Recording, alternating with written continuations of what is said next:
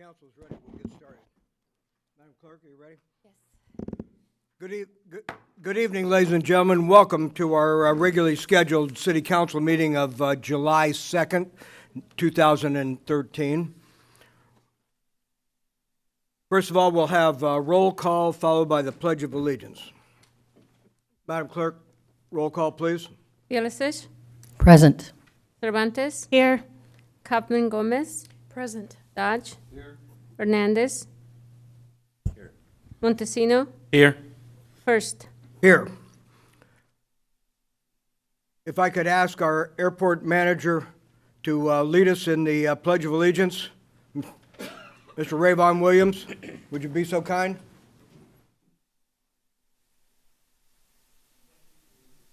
The flag of the United States of America and to the republic for which it stands, one nation, under God, indivisible, with liberty and justice for all. Thank you, sir.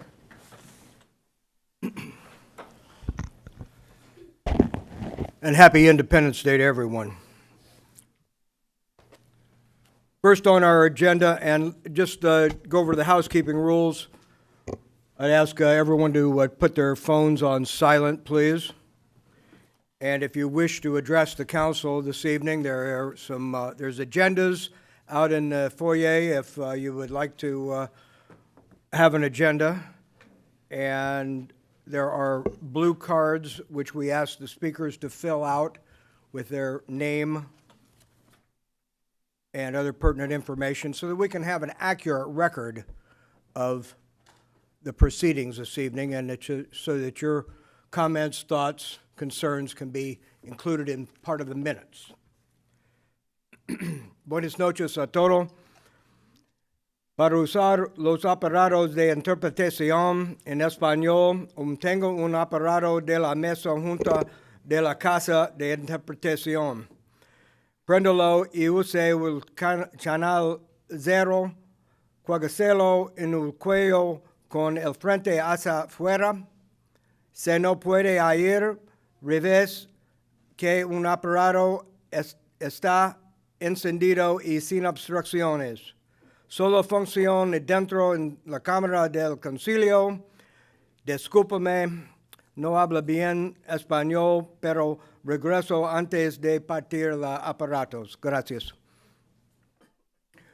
Welcome again to our our city's council meeting, and I know we have a group of speakers that wish to address us this evening. So why don't we get right to item 3.0. That's oral communications from the public and the city council. Then we'll proceed with our consent agenda, and we'll have some new business as well.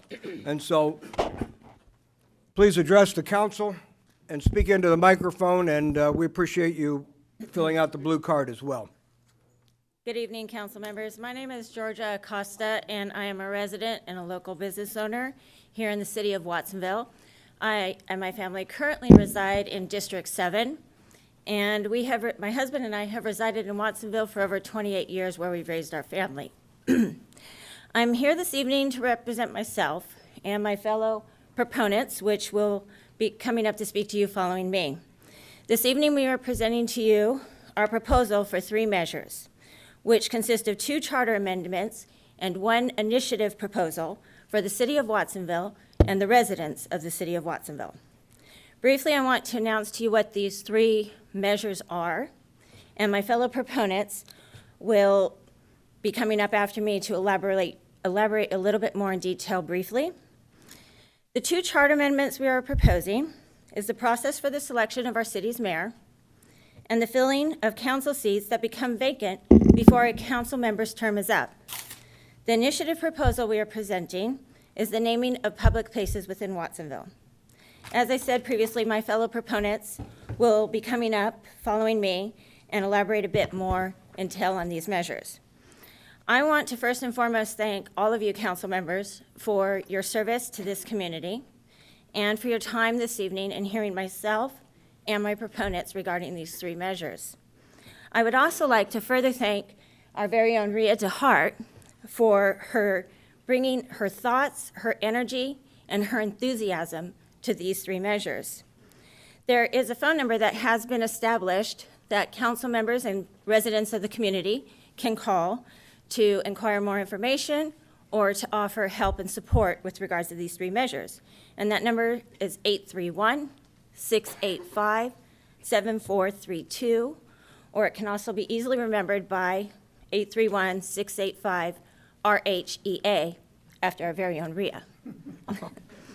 We hope again to gain your council members' support for these three measures, as these three measures seek to apply the very premise that our U.S. government is established on, which couldn't be more eloquently stated than Abraham Lincoln in his Gettysburg Address, where he said, "This is a government for the people, of the people, by the people, for the people." These measures have no investment in party lines or even politics. They simply seek good government and our democratic process that this country and our government was established on and built on 237 years ago. These three measures seek the true voice of the government, which is that of its citizens, and in this instance, those are the citizens of Watsonville. Again, I thank you for your time and wish all of you a very happy 4th. Thank you very much. Good evening. My name is Jerry Martin. I live on Crestview Court, and I'm a resident of District 6. I was born a few blocks from here in the first Watsonville Hospital on East Beach Street. My parents were migrant farm workers who were often referred to as Okies or fruit tramps, and it was the agriculture of the Paro Valley that first brought my parents and grandparents here. I attended Minnie White and E.A. Hall School and graduated from Watsonville High School in 1954. I left town to attend college and never expected to return to live here. Fortunately, after a number of years, I reconnected with a childhood friend, married and raised 2 children, and who also attended local schools. I worked as a teacher for PVUSD and spent many years teaching 6th grade and U.S. history at Moreland, Notre Dame, until I retired a few years ago. Nowadays, I can usually be found at the Paro Valley Historical Association, working as a volunteer and celebrating the rich history of the Paro Valley. I think that qualifies me as a native daughter, and I can truthfully say I love Watsonville. But I've never been shy about speaking up about issues that concern our fair city, and the naming of public places is something that I do not take lightly.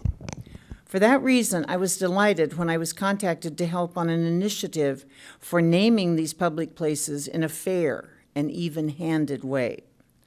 Over the years, several public agencies have been embroiled in costly and highly emotional contests in respect to the name of a number of these public places. It is time to put aside these bitter and divisive government spectacles and adopt a method of community approval for that naming. In order to allow people to easily identify places of community gatherings, it's often necessary for the city to name such public places. Broad-based community support of the naming process is necessary to reach this goal. With regained community trust, support, and input, the City of Watsonville can put forth democratically approved place names that bind all citizens together with a sense of common pride in our community. That is what this initiative strives to do, and I believe strongly that Watsonville residents can work together toward these ends. Thank you, and happy 4th of July. Thank you very much. Good evening. My name is Yolanda Ruiz-Deana, and I also live in the 7th District here in Watsonville. And I'm here to inform you that we have filed the required documents with intention to circulate the petition between the City of Watsonville for the purpose of amending the city charter to have all vacancies that occur in the office of a city council member to be filled by an election of the registered voters of the respective district of the vacating council member, and to give a clear definition for vacancy. Article 4, Section 406, and Article 15, Section 1503. The current system of the Watsonville City Council, usually appointing members to fill a vacancy on the council, has recently had the effect of greatly decreasing the number of elected representatives serving on the council. To restore a true democratic process at all times for the only elected positions for the city of Watsonville, amendments to the city charter are needed to have vacancies on the council to be filled solely by the people through an election by the registered voters in the city council districts where the vacancy has occurred. The proposed amendment in this initiative will ensure the process of selecting council members will at all times belong to the people. It is important that the people of the vacant district choose their representatives, rather than other council members who have not run or received a vote on the vacant district. Thank you. Thank you. Good evening, Council. I'm Maria D. Hart, and I reside in Council District 7. All citizens of the city of Watsonville deserve to have their district council member serve them as mayor of the city of Watsonville. Under the current process, not all city council districts have been given equal representation in respect to having their individual council members eventually serve as mayor. The proposed amendments to the city charter will create an orderly, fair rotation process for the selection of the mayor and provide equitable opportunities for all council districts to have a council member from their respective district to become mayor of the city of Watsonville. The proposed rotation charter amendment for a selection of mayor is both fair and equitable. It establishes an orderly procedure which eliminates destructive and time-consuming divisiveness. Moreover, the mayor rotation procedure meets the basic test of good, responsive government. It is colorblind, gender blind, party blind, and age blind. July is an auspicious timing. Be reminded, as Senator Bill Monning states in his Citizen's Guide for Lobbying, the basic premise of government in the United States is government of the people, by the people, and for the people. And the 4th of July, 2 days away, celebrates and commemorates our trust and faith in the voice and will of the people. We say, let the voice of the people be heard. And thank you. Good evening, Mr. Mayor, City Council, City staff, chamber audience, and people at home. My name is Kathy Perez, and I reside in District 6. I'm going to sort of summarize what everybody has said and add a few of my own comments, so you'll hear some repetitive phrases. The one thing I know is that people feel very passionately about the issues just presented, but equity is really the underlying theme of what these 3 initiatives are about.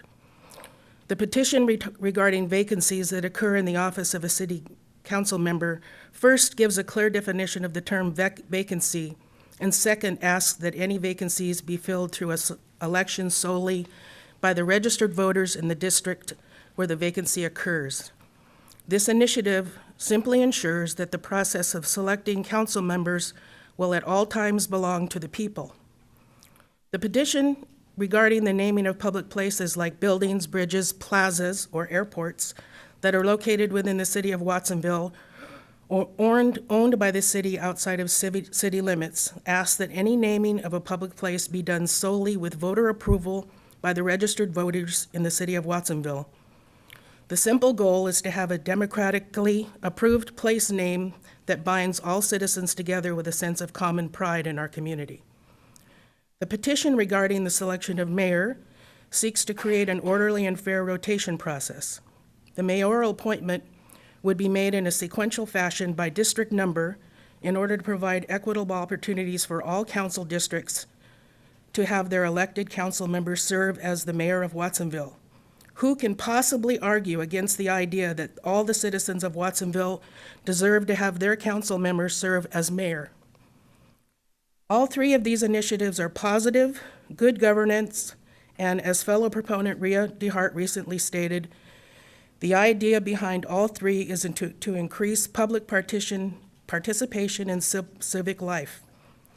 Myself, as one of the 9 proponents, absolutely agrees.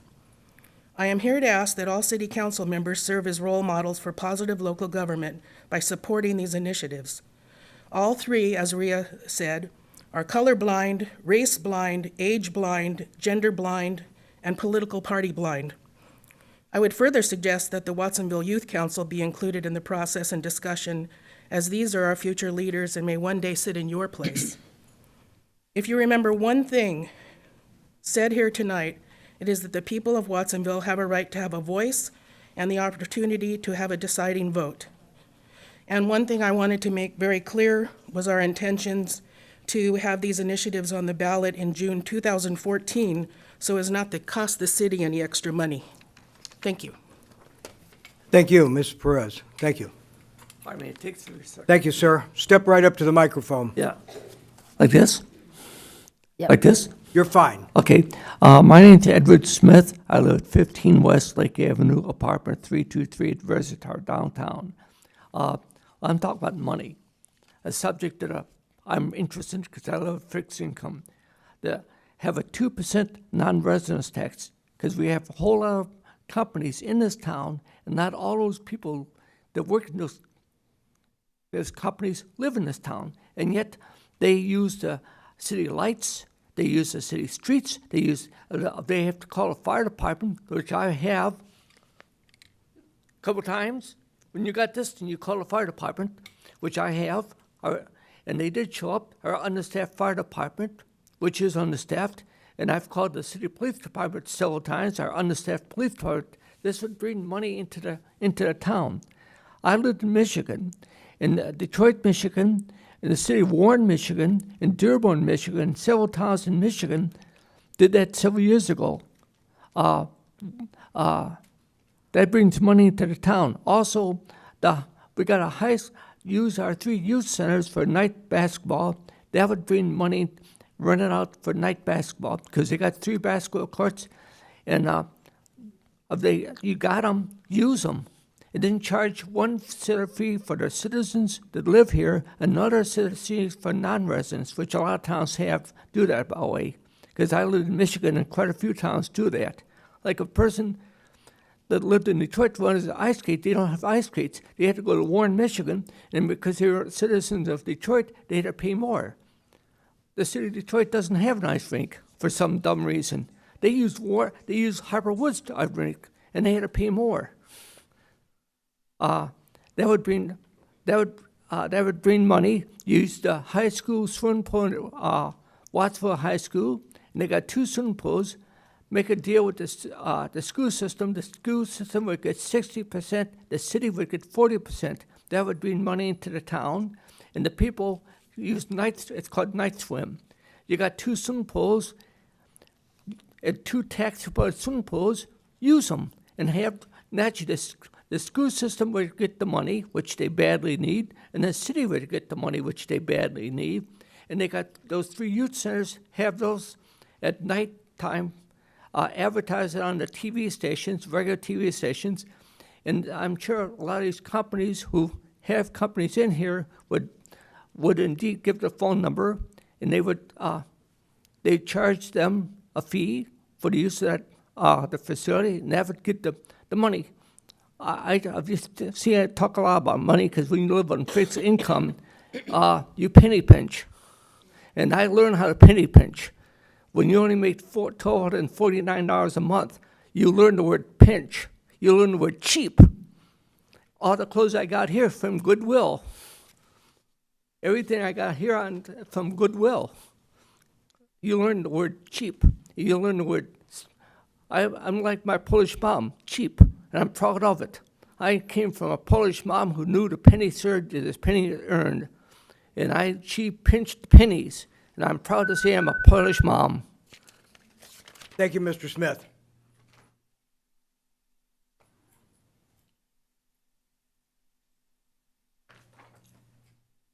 Good evening. Mayor, council members, city manager, and city staff. I'm Tila Guerrero, and together with Lupe, I live in Watsonville. I'll put my blue card there at 45 Cutter. And I'm here representing your McDonald's. You know, you have 2 of them in town. And you may have noticed that we've made one big major remodel on Main Street, and hopefully you've all received an invitation to the grand reopening that is scheduled for July the 25th. And we welcome you on July the 25th. We'd like to also invite you, if you'd like, all together at a scheduled date to take a VIP tour, because we will be doing another big remodel. It's actually going to be a scrape and rebuild of the Freedom Boulevard store. And that is going to be another major, major thing when you have to scrape it and start all over again. I'm not very anxious to do that, and so we're gonna try to prolong it as long as we can, but I'm sure that it will be started before the end of the year. And that is the reason that I also attended the Planning Commission earlier today, so that I could invite them, because it is going to be a major undertaking, and so that you can see all that it's going to take there, because I know that they will be busy. So I invite you to take advantage of the getting in the inside of this. I want to share this undertaking with you from inside out, and also to take the opportunity to thank you for what we have gone through that didn't have to cross anybody's desk other than the Community Development Department. I'm very proud to say that even though there are glitches and, you know, things that you go through and anxieties and what have you, the department worked beautifully. So I thank Marcella, Keith, and Richard, and Gail, and Susie, and thank God for Sophia, who knows how to coordinate that telephone and all the do's and don'ts, and knows how to be very gracious over the things that she has to do. We really have a lot to be proud of, and I know that the folks that had to work with her and all the folks here in town were very impressed. So we do have a lot to be proud of. So I thank you very much for that. So you and the rest of our town are welcome on the 25th, and every day before that and every day after that too. So thank you so very much. Thank you, Ms. Guerrero. My grandchildren and I have already inspected the facility and sampled the wares, and we're very impressed as well. Thank you very much. Thank you for your kind words about the Community Development Department as well. Yes, we're impressed. Thank you.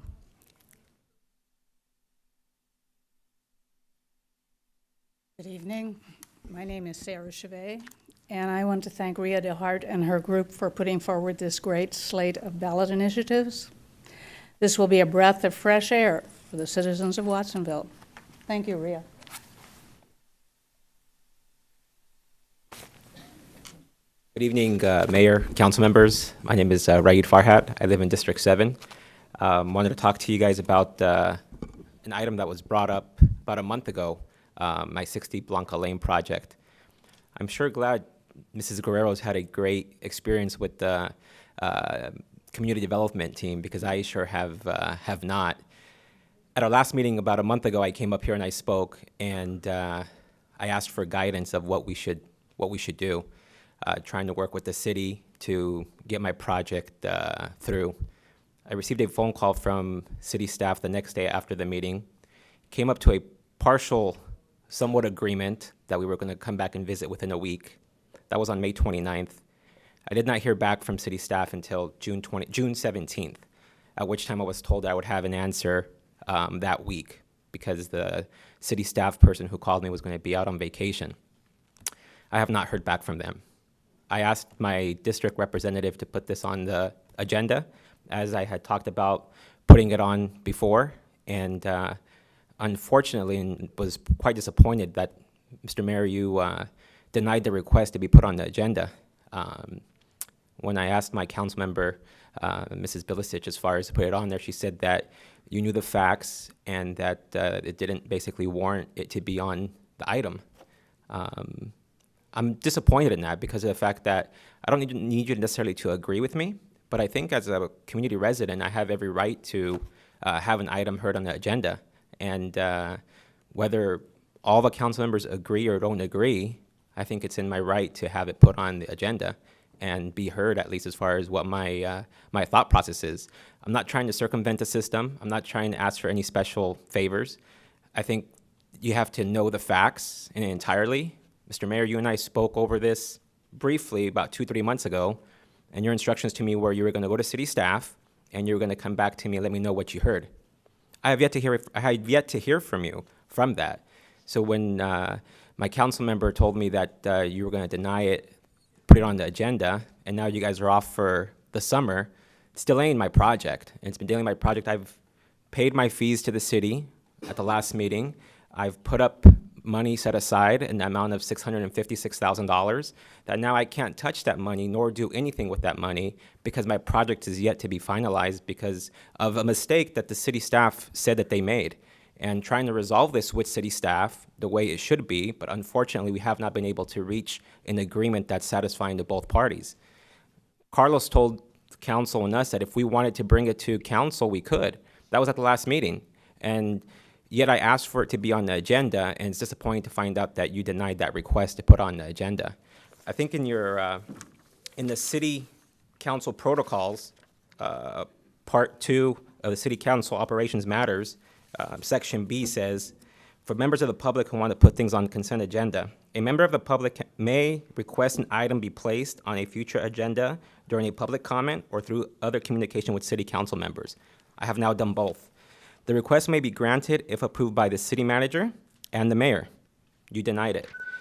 In the event the agenda to request the agendized addendum is denied, the city council or a city council member may place the agenda of the question of whether it should be agendized in the future or not. So I'm requesting if one of the council members would bring it up to at least be discussed for it to be brought up on the future agenda. Thank you. Thank you, sir, and we encourage you to continue to work with staff over these issues.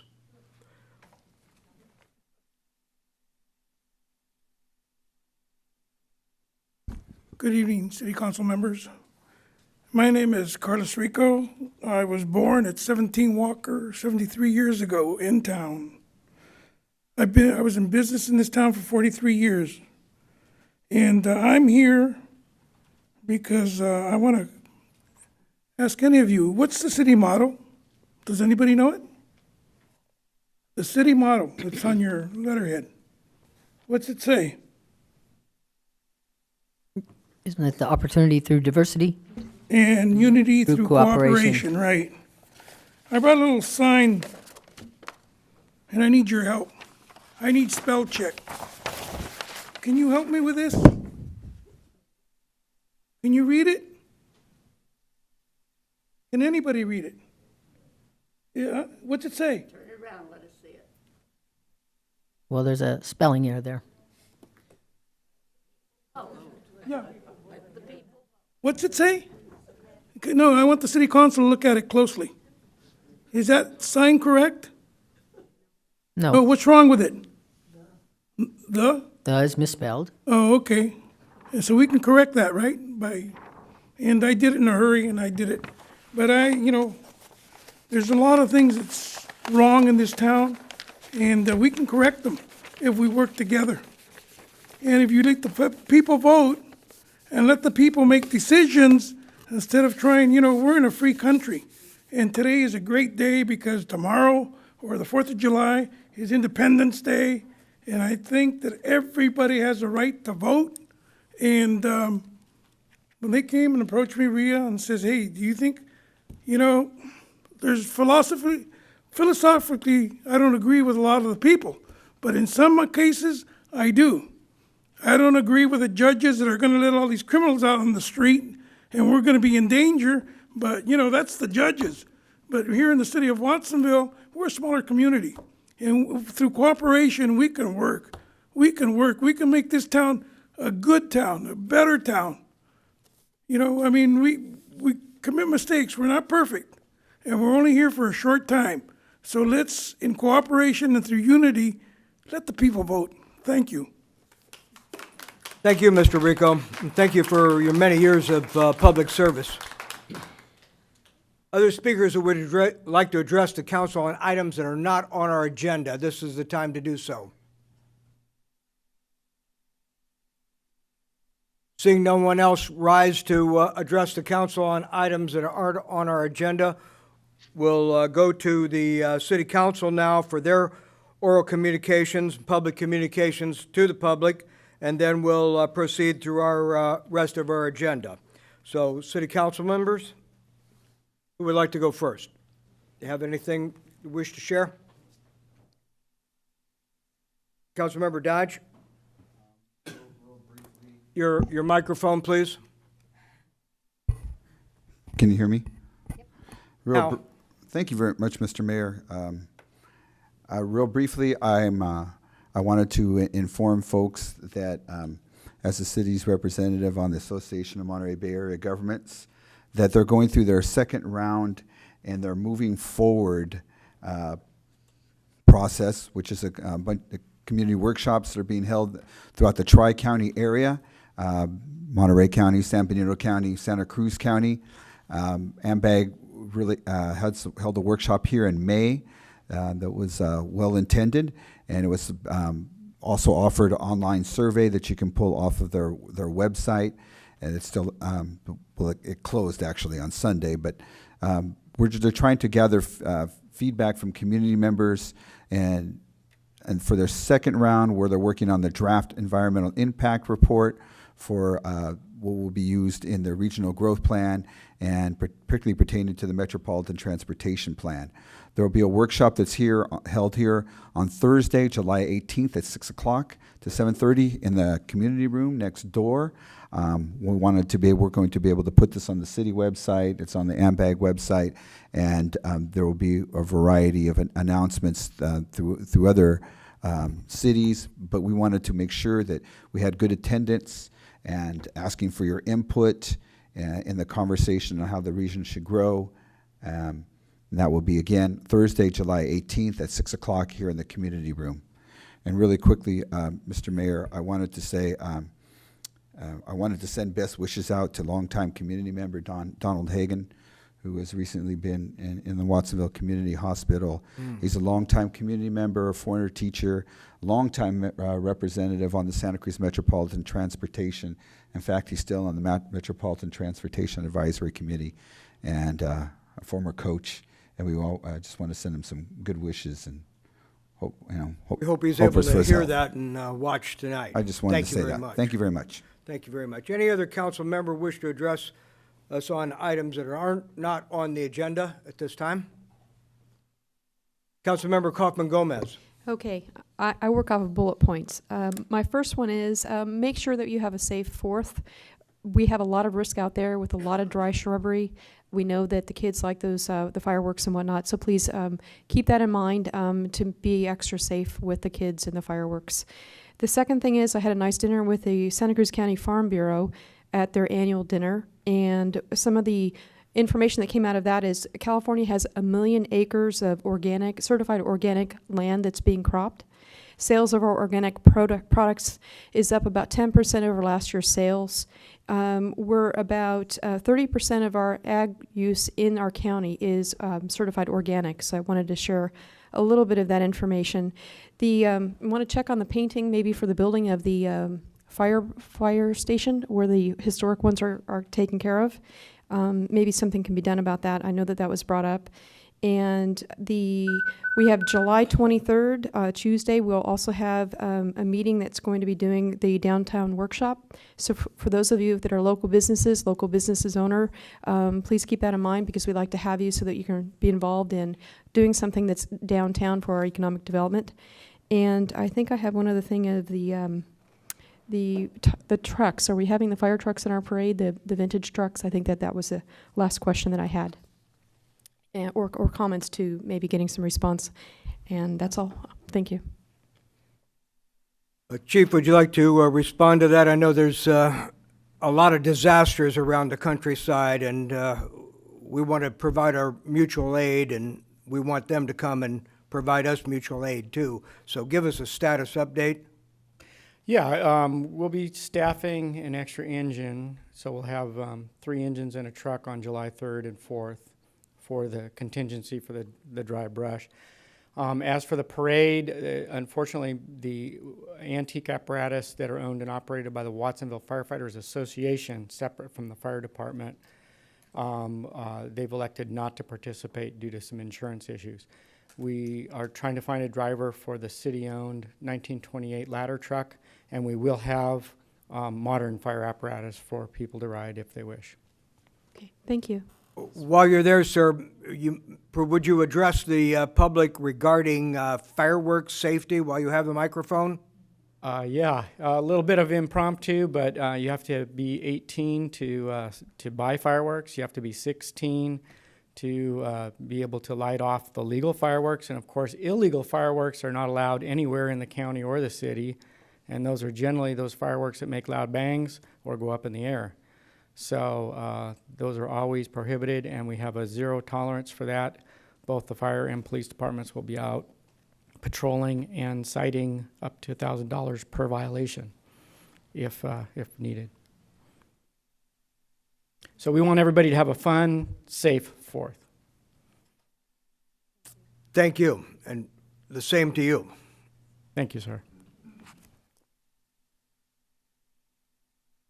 Councilmember Bilicich. Well, first of all, I'll start with the fireworks. I received just before this meeting a call from someone in the community. I've had people from Vivian, Almond, Bridge, Acorn, all very concerned about the loud, they're not safe and sane fireworks. I don't know what they are, but people are very concerned about their animals. One lady told me she's leaving town because she can't stand the noise and she doesn't want her animals subjected to the fire crackers, the cherry bombs, whatever is going on out there. And I know we said that we were going to have fireworks from, I don't know if it's July 1st through the 5th or June 30th through the 5th, but those are safe and sane and not these. And these seem to be going off a lot lately in District 7. And I don't know about the rest of the districts, but people are very concerned about the fire trucks and, the fireworks. And so I would hope that we continue to have patrols. I know it's very difficult to, the fireworks, the noise is gone, and then if you call the police, and they said that they have contacted the police, and the police have come, but it's hard to see what's happening because it's already gone. So I'm hoping that we'll have as much patrol as we can in District 7, so I appreciate that. Also, I attended the Pajaro Valley Historical Society, the barbecue, and I think it's really an important event because we don't want to forget our history in this community, and I appreciate all the people that were there at the barbecue. And now we have a couple of issues. One will have to do with Mr. Farhat. When Mr. Farhat approached this council a month ago, we basically said, please try and solve this, resolve it, figure it out. And it hasn't been solved. And the city did say, we said we made a mistake. And now it hasn't been fixed. And I am very concerned that my request to have this put on the agenda was denied. There was no agenda review. And I don't think it's, we as a council said, if the city can't solve it, then let us work with it. And I'm concerned that it has not been resolved, whatever the answer is. But we want development in our community. We want to help people, and it doesn't seem that we are adequately doing our job. And you don't really need to tape this, Marcella, because it's already on the on a video. So, whatever. And then to the new group that has come and spoken to us tonight. I'm not saying I agree with everything that was said, but one thing that's really exciting is that you are here, we are here to serve the people. And I these initiatives, I can't say I don't agree. I do. The first one with the process of the mayor. Personally, I would like to see a mayor elected at large. But if that's not to be, then I think this is a good thing, because I don't think there needs to be animosity among the council members. I think that, I know when I came on board, I thought that we had resolved that the vice mayor would become the mayor. Doesn't happen here, and hasn't happened here. You don't know who's going to be the mayor, but yet the person has been in training for a year, and it kind of made sense. So if you have a better system where people can be represented, I think that's a good thing. Filling the vacant seat, there's been a lot of controversy about that too. We've gone round and round. I think we've had lawsuits, all kinds of things. So if we can get something in place, that's a good thing. And the naming of buildings, well, you know, the people should have some input. This is your city. We are here to represent you. So whatever, if these go on a ballot, then the people will decide. And for me, I appreciate the fact that the group, whoever the group is, has come forward with something and said, you know what, we want to change. We want to see something happen. And we don't like everything that's happening in the city. I gather that's the thrust of this, but we'd like a change. And change is not necessarily a bad thing. So good luck to you as you get these initiatives signed, and we'll see if it gets on a ballot. Much like we had Measure T on the ballot. People signed the initiative, signed the proposal, got it there, and I mean, it was defeated. These could be defeated, these could win. I don't know. But I think it's good government when people come forward and say, we want to change. It's okay to do that. And I commend you for taking your time and effort to do that. So thank you. And thank you for your comments. Any other council members wish to address the public on items not on our agenda at this time? Well, let me add a few things here then.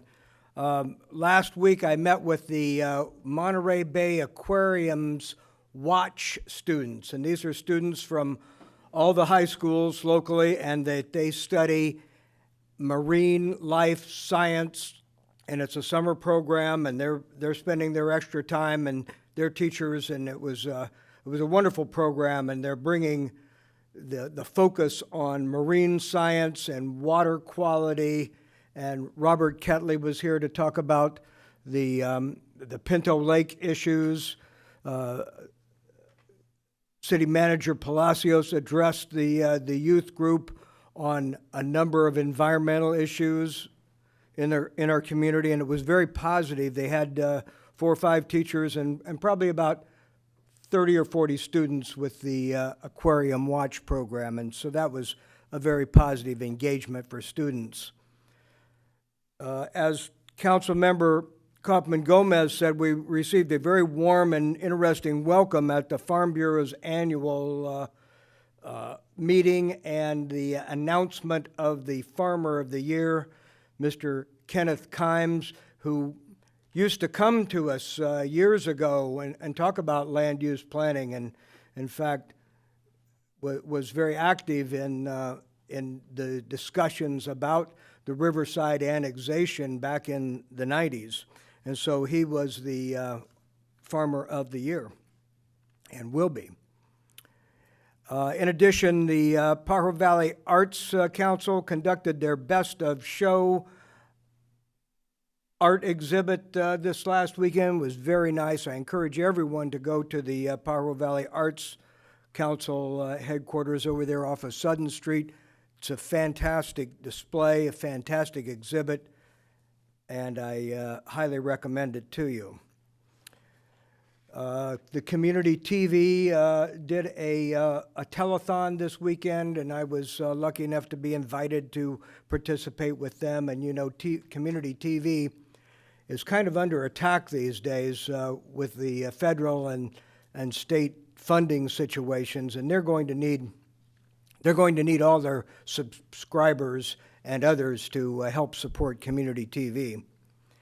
And lastly, I just wanted to announce that the Survivors Healing March will take place, and this is to bring awareness to child abuse in particular, and that will take place on Saturday, the 6th, and so that will be in our plaza. Mayor Pro Tem? Sure, just very briefly, I just wanted to sort of highlight that the Safe and Sane Fireworks do provide fundraising opportunities for various nonprofits and different organizations here in the community. You know, it's, as we noticed in our budget conversations, it's very difficult for a lot of organizations to make ends meet, so this provides another opportunity that the city sort of allowed the sale of these Safe and Sane fireworks within city limits for them to be able to provide additional funding for their programming throughout the year. So I do suggest, you know, go out there, purchase your Safe and Sane fireworks here in the city, support one of your favorite organizations, but as Chief Bisbee mentioned, also use them safely and do stay safe this 4th of July. As well, just a couple of community events. I know that there was a lot of discussion here about appreciating the diversity of our community. And so definitely the 4th of July parade and the Strawberry Festival, since we're gonna be going on break, I just wanted to throw a plug in for that on August 3rd and 4th. These two are very large community events, draw a lot of people both from in our community and outside of our community. They come celebrate, you know, Independence Day, 4th of July, and our Strawberry Festival just celebrating, you know, the importance of the industry in our community here. So come out and support both events, interact with your neighbors, your loved ones, and share in the festivities that day. Thank you. Thank you very much. And I would just say that please come to the 4th of July parade. And if you see any illegal fireworks going off, you know, call the cops, text anonymously, or use the hotline that goes to the police department and report these illegal fireworks. And also, if you see anybody with tall weeds or grass in their yard or their lot or their parcel, that's probably a good thing to report as well. We've wrapped up our consent, our oral communications. Now we're ready to move to the consent agenda. And the items on the consent agenda are considered routine and generally moved upon in a consensus fashion. But sometimes we have questions about items on the consent agenda. And so let's see if are there any items on the consent agenda that any member wishes to pull or discuss? Councilmember Bilicich. Item 4.2, I kind of want to know the details of this. This claim from Pacific Bell or AT&T. Was this one of our people that did something there, or what happened with this? You did read what was in the packet. I did read the packet. It's a bill for $10,000 from AT&T for something that we did, cut a line, and I wanted to know the details. Councilmember Vilisich, Mario Maldonado, Deputy City Manager and Risk Manager. As the report, as our process for claim management, we look into and run an investigation. It turns out we were not at this work site. We believe it actually involves county personnel. It's outside city limits, and that's why it's being rejected today. Okay, thank you. So it's my understanding this took place on Calabasas Road? Correct. Very good. I saw in the claim, though, that the workers' rate of, and I say this because we're going to be talking about money forever, that the regular rate of labor costs was $101 per hour for those workmen. Now that's a good career that we should be training students for in our school system. $100 an hour. Well, that's probably just the billing rate. They don't really get that much, do they? No, that is the billing rate for the AT&T crews. We have more than 1 minute. Sounds good. Okay, other questions on the consent agenda? Councilmember Dodge. We hear a motion to move consent agenda. I'll second that. I hear a second. motion by Dodge, second by Montesino. Do we have discussion on the motion? Councilmember Bilicich. Item 4.5 has to do with a 5-year lease with the Watsonville Chapter EAA Experimental Aircraft Association, which I think is really good. I'm very, I think that's a good thing for the airport, good for the city. But I was concerned why it's taken so long to get on the agenda, since this was an agreement that's started January 1st, 2013. I saw the airport manager here. I'm sure he's very anxious to answer that question.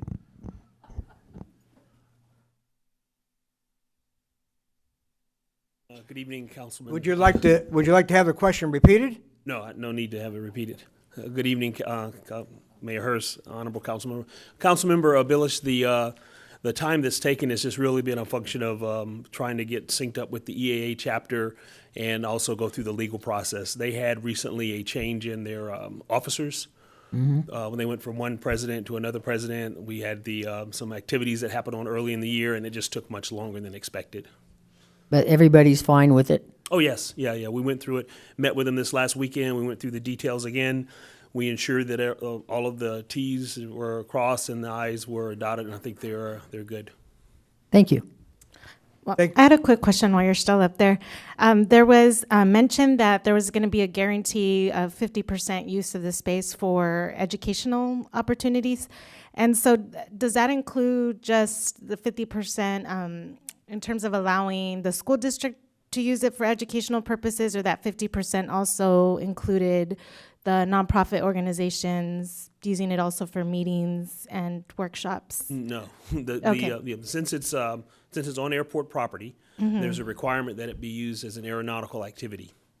So the aeronautical activity portion is covered by EAA. They are the tenant. They are the landlord. We have a long-standing relationship through the Pajaro Valley Aviation Academy, which started many years ago as a nonprofit. And there was a relationship between that academy and the Pajaro Valley Unified School District. And so the school district has a long history of working with EAA in providing academic and vocational activities. Many of that could be used to support aviation, but they've been there so long now, and their lease specifically calls them out as the only non-aviation activity that can be used for that. And so that was built in, and when we went through the discussion, my requirement was let's maintain that, but all other use has to be within the FAA mandate to ensure that we stay within our grant assurances, and that means it has to be aeronautical activities. Got it. Thank you. Mr. Williams, we've got one more question here. Again, Maybe one more. There is a question, and I had actually asked staff for it, but it didn't get a response back. So while I do have you here, we have a relationship with PVUSD for this location as well? Yes. Okay, and are they the actual check writers for this rent? Because the cost of the rent is pretty minimal. Yes. I don't even know if that's covering the utility bill. So my concern is if we're getting it from the PVUSD, is it something that's reasonable to expect that kind of low rent for collection purposes?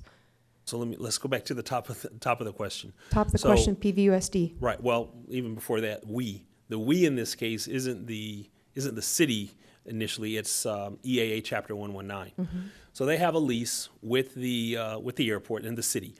That lease is below fair market value because as a aeronautical activity, the EAA chapter is effectively the proxy for a number of aviation activities that occur during the course of the year. Everything from the Young Eagles flights, air show meetings, building airplanes, the Pilots Association, the Women Pilots meet, the Civil Air Patrol meets. So this particular facility is booked with a host of aviation activities throughout the year. But primarily those activities occur after hours. What EAA has done is they have reached out to the Pajaro Valley Unified School District and said, hey, look, we don't use this place during the day between 9 and 5 because everyone that uses it afterward. Would you like to hold a academic facility here? And so for a number of years, since the early 2000s, they have taken the advantage of a lease that they have, a lease amount that is very low because the FAA allows me to make it low because it's all aviation activity. It supports the community. And effectively what they've done is they've turned around to the school district and said, we're going to let you piggyback on top of this discounted rate we get for fair market value so you can get the school site at a highly discounted rate. So the EAA wins because they're able to use it after hours and for all the other pilot organizations throughout the course of a year at a very reasonable rate. The school wins because they're able to use it for 10 months during the year at a very reasonable rate. It's important to know that this rate is only the occupancy rate, so it's only the lease. The water, the utilities, the electricity is in addition to that. But the deal is, it's still a good deal for the school. Certainly is. That's why I'm just wanting to make sure if it's being a subleased situation, or are we looking at the carry through that the school district is getting it cheaper than what they really should be if the school district's involved in the location there. Those are, sounds like it's. My view is, I look to EAA and I say to them, through the mandate that the FAA gives me, we're able to pass on to you a very good rate for you to do good stuff from an aeronautical activity and the community perspective. What I'm really looking for you to do is, how can you pay that forward, and how can you do even better? And what EAA has done is said, no problem. What we're going to do is we're going to go to the school, and because they have to pay something. They couldn't just take their lease and go to the school and say, pay it. So they've gone to the school and they've taken their lease and they said to the school, here, you pay a portion of this, and you can have it for 10 months of the year. You're going to have to pay utilities, you're going to have to pay water, you're going to have to pay electricity, and then we're going to pay the other half for the time. So I'm trying to work it so it's a prorated share, because if we are audited from the FAA, and I have every reason to believe we will be, that I'll be able to show them, hey, here's how it works, everyone's on board, everyone's paying something, and it's for the good of the community, the economic viability of the airport, and all parties concerned. Thank you. Thank you, Mr. Williams. It's a lot on your plate out there, I know, and so good luck and happy flying.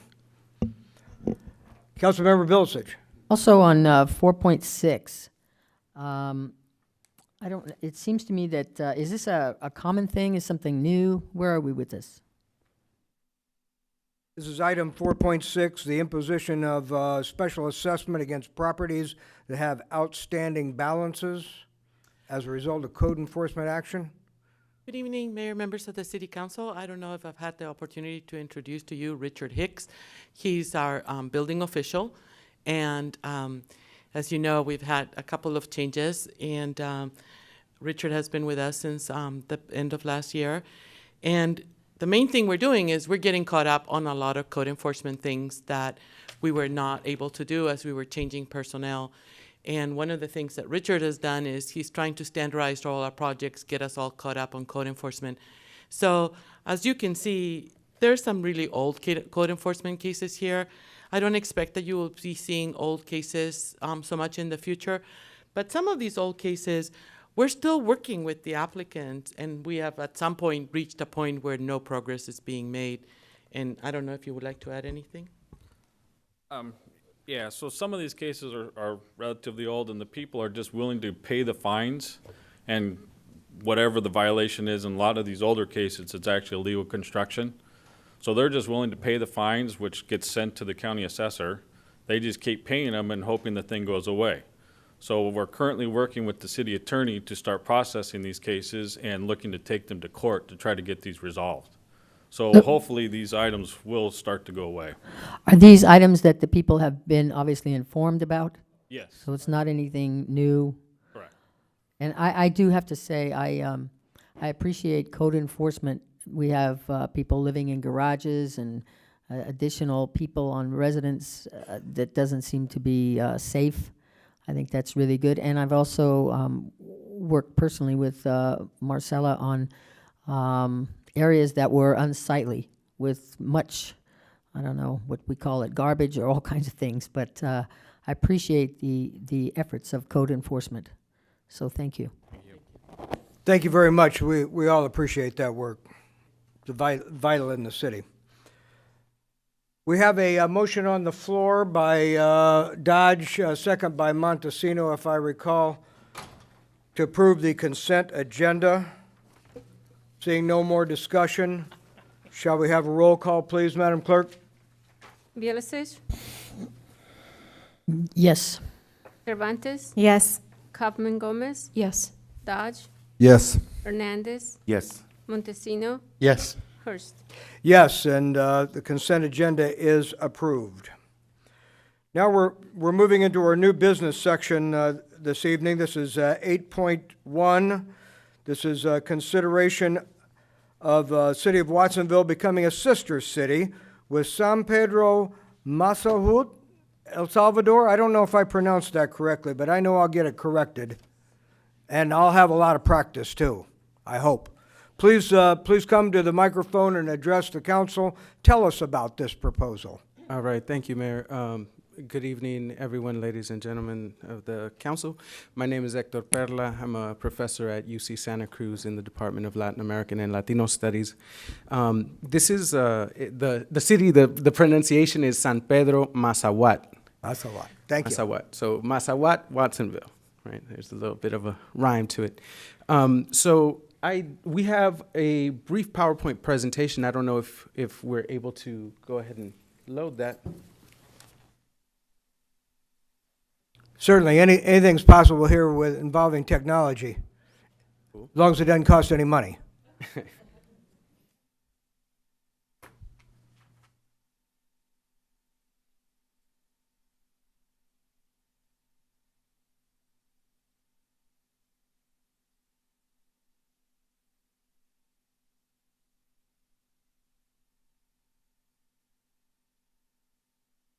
I'll be asking the council members to provide their pronunciation of this this city and prepare their questions as well. What? That's a what.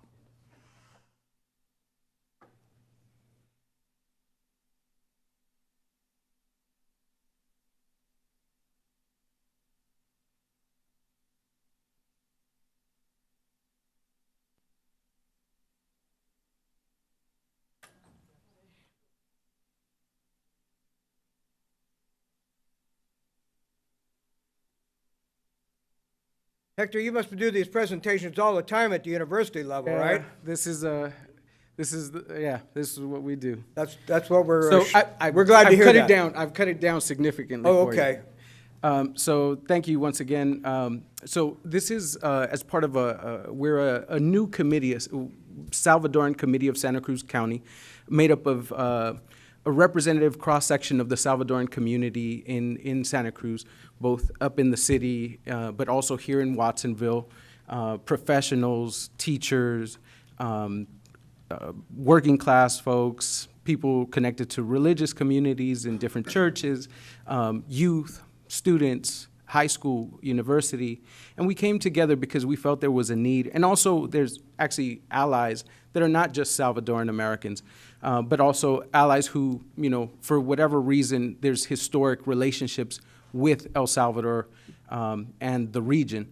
And we came together earlier this year in March to kind of articulate what we felt has been missing in a long time. And I was struck listening to the opening comments by some of your constituents. They were saying how long they've been here. Well, the Salvadoran community hasn't been here that long. We're one of the newest communities.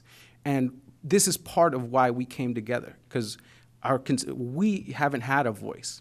We're beginning to articulate and find our way in this community.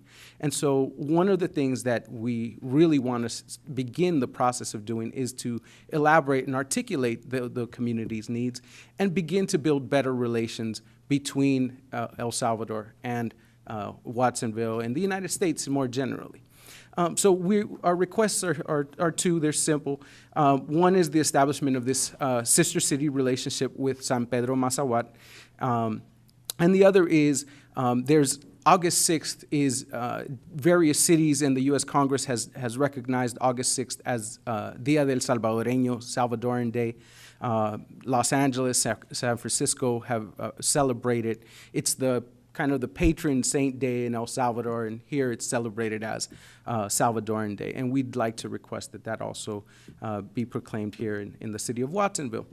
And the reason, just to give by way of background a little bit about the Salvadorans in the Watsonville area and the challenges that we face as a community, begin by letting everyone know, maybe you might have already known this, and maybe you didn't know, and you might not even have met a Salvadoran, or maybe you did and didn't realize they were Salvadoran. And that's usually the case. We're a small but significant population. We're the second largest Latino group in the state of California and in Santa Cruz County. There are about 5,000 Central Americans in the county, according to the 2010 census, and about 70% of those are Salvadoran. We're, again, a young population. That is, we've only been here since about the 1980s. The big influx resulted from the Civil War in the country that went from 1980 to 1992. So it's been an evolution of this community from one of being refugees to being immigrants to now Salvadoran Americans, and generations, 2 and 3 generations now, maybe some of the earliest are having kids and grandkids now. But still there's several layers of fear that surround our community, both because of migration status for some members of our community, but also the legacy of that Civil War was one of psychological trauma, a lot of state-sponsored terrorism, so a lot of fear of government, a lot of fear of addressing, any kind of public spaces. Politics was associated with death, right? Anyone who dared speak out about the things that concern them were killed. And so it's something that we've, as a community, still are dealing with. And part of the way that that's been dealt with is we've melted into the Mexican population in a way what some scholars have called a strategic non-identity, because it's easier to fit in and be accepted as Mexican and not have to worry about any kind of persecution or discrimination based on your Salvadoranness. So what can Watsonville City Council, what can you all do about this? Well, we propose these two things as the primary ways that you can help us as a community. And how, right? And this is our attempt to explain how these two actions can help us. One, I think the most important thing is that it encourages Salvadorans that are still living in fear or isolation to come out of the shadows. It's that all of a sudden that recognition, wow, it's safe to be who I am and not worry that, something's gonna happen to us, right? The other, I wanted to bring in one of my colleagues, Osiris Ortiz, to talk about the concrete impact that these kinds of effects could have on young people. She's a teacher here in Watsonville, and I wanted to ask her to give her testimony. Thank you, and please do. As Hector mentioned, my name is Osiris Ortiz. I'm actually not a teacher. I'm an outreach coordinator. He likes to call me a teacher, but I'm not a teacher. Don't have that certification there. But although I don't reside in the city of Watsonville, I have worked in the city of Watsonville for the last 6 years. I worked at Pajaro Valley High School, and I'm currently at Cesar Chavez Middle and Rolling Hills Middle School, and I'm very committed to the youth of this city. One of the things that I've learned in my experience with working with youth is that most of them, as first-generation low-income students, are most successful when they feel heard, understood, and really have a space to be themselves, which is what we're trying to create for them here.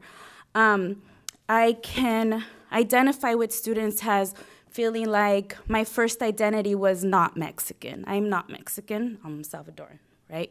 And I'd like to be able to create a space for these students where they have a voice and have a sense of self-esteem and empowerment and say, yes, I'm Salvadoran, I'm here, and the city of Watsonville recognizes me and sees me and has dedicated a day for me. I know that the city does great things with celebrating the Mexican culture and the heritage, and I've seen the positive results in my students of being able to go dance folklorico and hear mariachi music and do what they need to do, and I'd like to be able to provide that for your second biggest Latino youth population. Yeah. We can do this. We can do this. We can create a space. The fact that it's even on your agenda is a great thing to have. And you have a group of people here that are already willing to do and put in the work. And, many of the people on our committee weren't able to be present today and called and said, I'm sorry, I can't make it. But just so you know, you do have a constituency here in your city that would be very proud to have a day like this. We're so glad to hear that. Thank you so much. So just to wrap it up, I think that there's a couple of other things that are really important beyond just helping the Salvadoran community, but I think it also provides a great opportunity for educational awareness about the differences between the different Latino communities, right? And there are very different historical experiences of migration and between the different groups.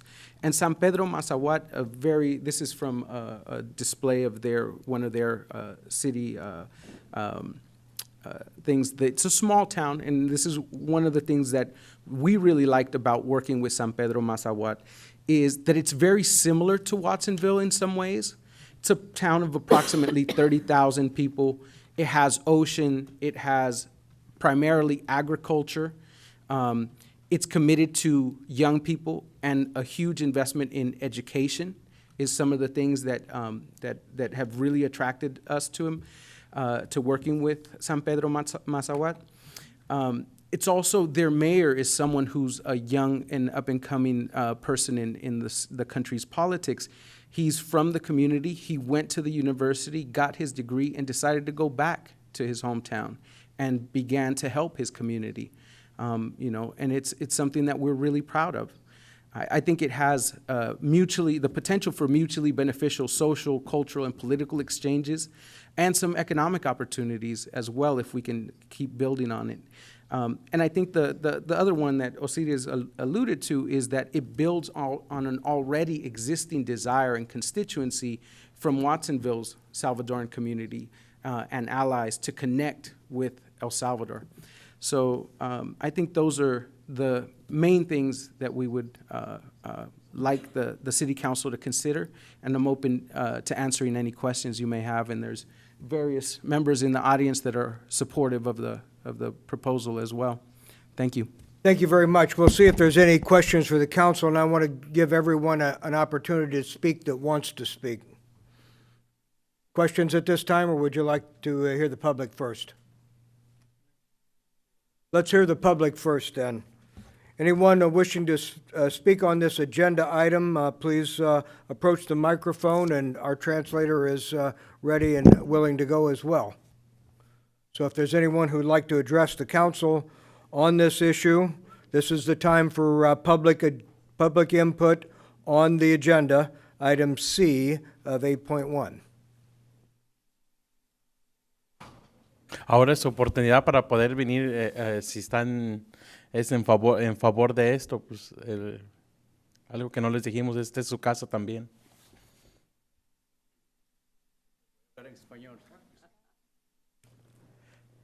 Voy a tratar mi English. My name is Jose Escobar. I live here in Watsonville since 2003. I'm from El Salvador. We are support the Watsonville become a sister with San Pedro Mazawat, and like Hector was saying, we would like to have our day, like Salvadorian Day, here in Watsonville. Gracias. Thank you very much. Please approach the microphone and tell us who you are for the public record. My name is Ruth Credis, and I live at 3 Pajaro Vista Court in Watsonville. I've been living here for 6 years. I've had a very, I'm on the board of Santa Cruz, El Salvador, and for 15 years, we've been raising money and supporting a community in El Salvador, and we really support this project. Thank you. Thank you very much.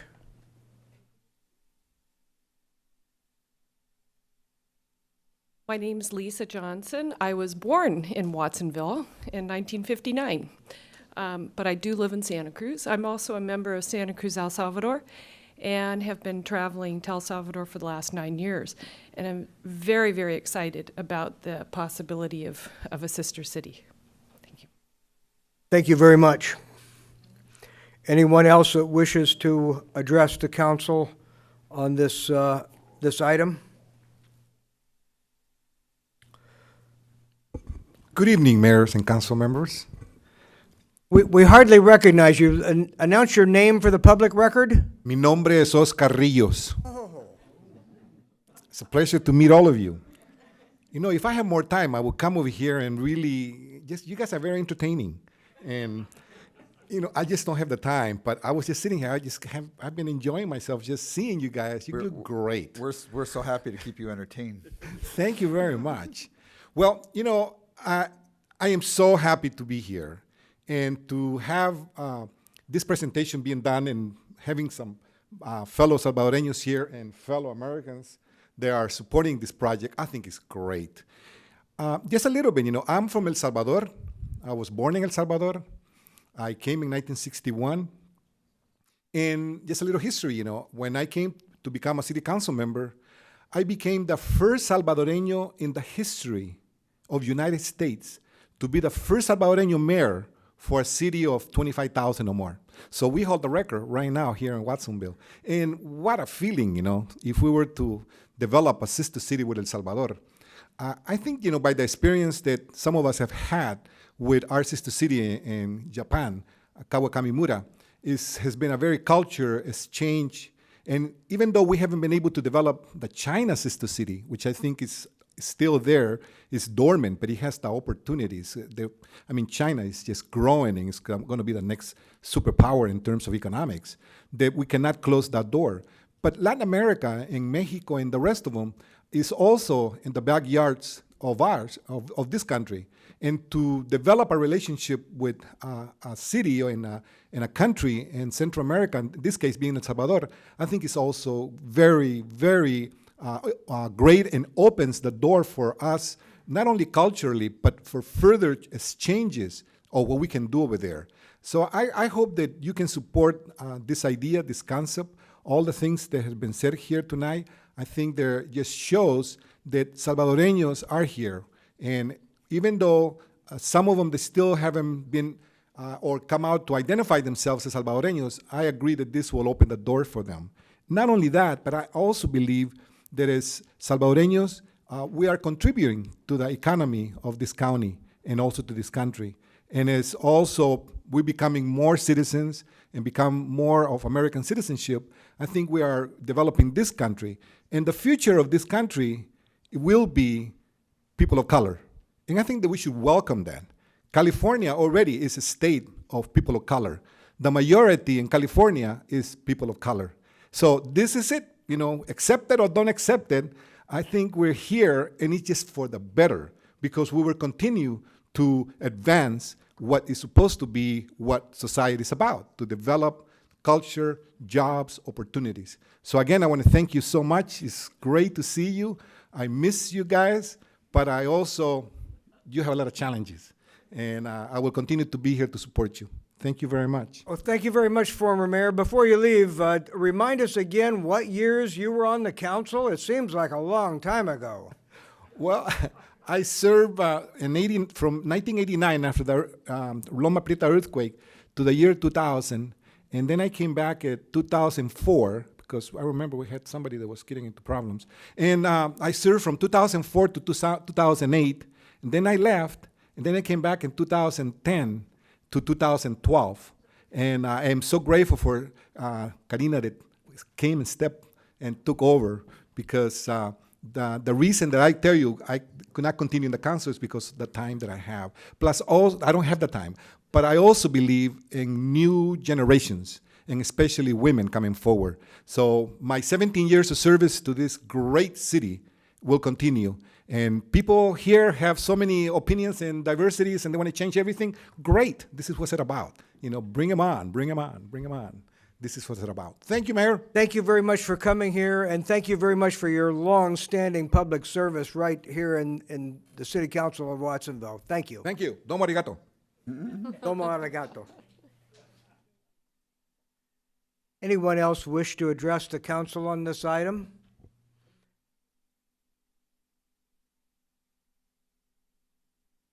Last call. Anyone else wish to speak at this time?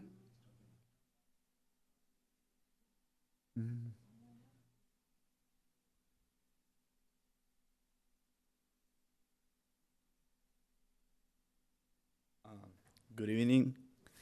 Good evening, dear audience, council members. My name is Marvin Centeno. still a current freshman student at the University of California. I moved last year as of September from Los Angeles, another city, a big city, to come to Santa Cruz and find myself a place and areas in the field study of Latino America and Latino studies. As a young, active, developing student here,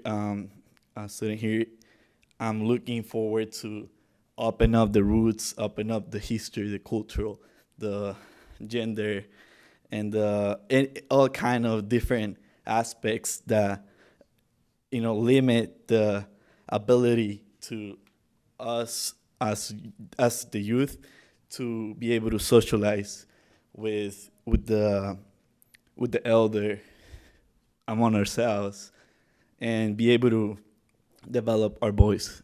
In terms, sometimes I believe that I come from a really difficult background, backgrounds that are not easy to face, and sometimes education, as Osiri said, it's key success for us to really develop and break these barriers. For instance, I found myself in UCEL, an organization that unites young students, and we advocate for social change. We discuss different issues that hurt the Salvadoran community, and as we see in the presentation, we actually like to educate ourselves so that we can actually see ourselves and identify ourselves as a young really community that is growing here in California, and really wants to move on. You got the youth. This is as Watsonville. There's a few Salvadorians here in Watsonville as well in Santa Cruz. The youth. It's like I'm representing the youth. I'm president of these organizations, and I'm willing to always commute. You have this connection, and let's work together. Thank you very much. Thank you for getting up and speaking. Thank you very much. Indeed. If there's no one else who wishes to address the council, is there anyone else that wishes to speak on this issue? Seeing none, I'm going to return it to the council for their, we've had our public input. Let's return it to the council for the council discussion and perhaps an appropriate motion. Councilmember Kaufman-Gomez first, please. Okay, certainly. I just wanted to say it was a pleasure to meet with your organization, your group, earlier this week. Ironically, I think I shared with you and for the audience to hear this, for me to get my degree, I did a capstone project, which was to develop a business plan to establish a sister university relationship for CSUMB with a university down in Querétaro, Mexico. So ironically, coming back and having the visit and the pleasure with meeting with you and your group to discuss that kind of alternative with our city has been quite humbling to be able to have that experience come again. It's also good that we have an opportunity to allow people from other countries that are coming to our area as migrants, as all of us were at one point in time, to be able to still retain what culture you have. And this allows that pride for you, your culture, to go ahead and have a voice for yourself so that you can retain what you do have of the culture as you're learning a lot more about the culture of our community and of the citizenship of the United States and that kind of situation for yourself. And to still keep it intact with some of the features, for example, your Salvadorian Day, just as we have the Cinco de Mayo. And the word Mexican comes from mix, and that's what we've been doing with many of the Latino cultures. And to offer you the definition of an El Salvadorian culture helps give you your unique perspective of what we consider a Hispanic overall culture. So I commend you for coming and making this type of request of the city, and I think it's a very viable. We know that we need to work with being self-sustaining.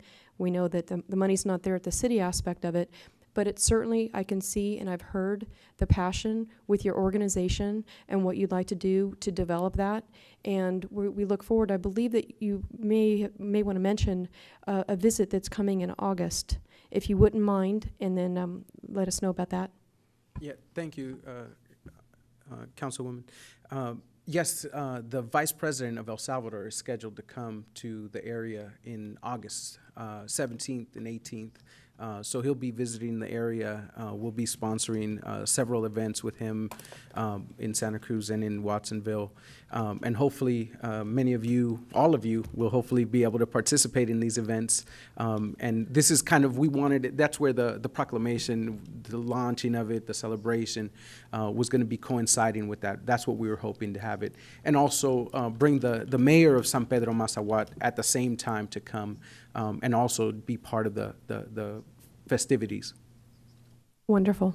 Wonderful. Excellent. Thank you so much. Councilmember Dodge. Thank you, Mr. Mayor. I'd like to thank you for coming and making this presentation this evening. Nobody ever calls to meet with me in advance anymore, so I don't know what the heck that means. But anyway, that being said, in the city of Watsonville, this population is made up, according to the census dynamics, it's 81% Latinos, 84% actually, 81% being of Mexican descent, and 3% being of Salvadorian, particularly Salvadorian descent.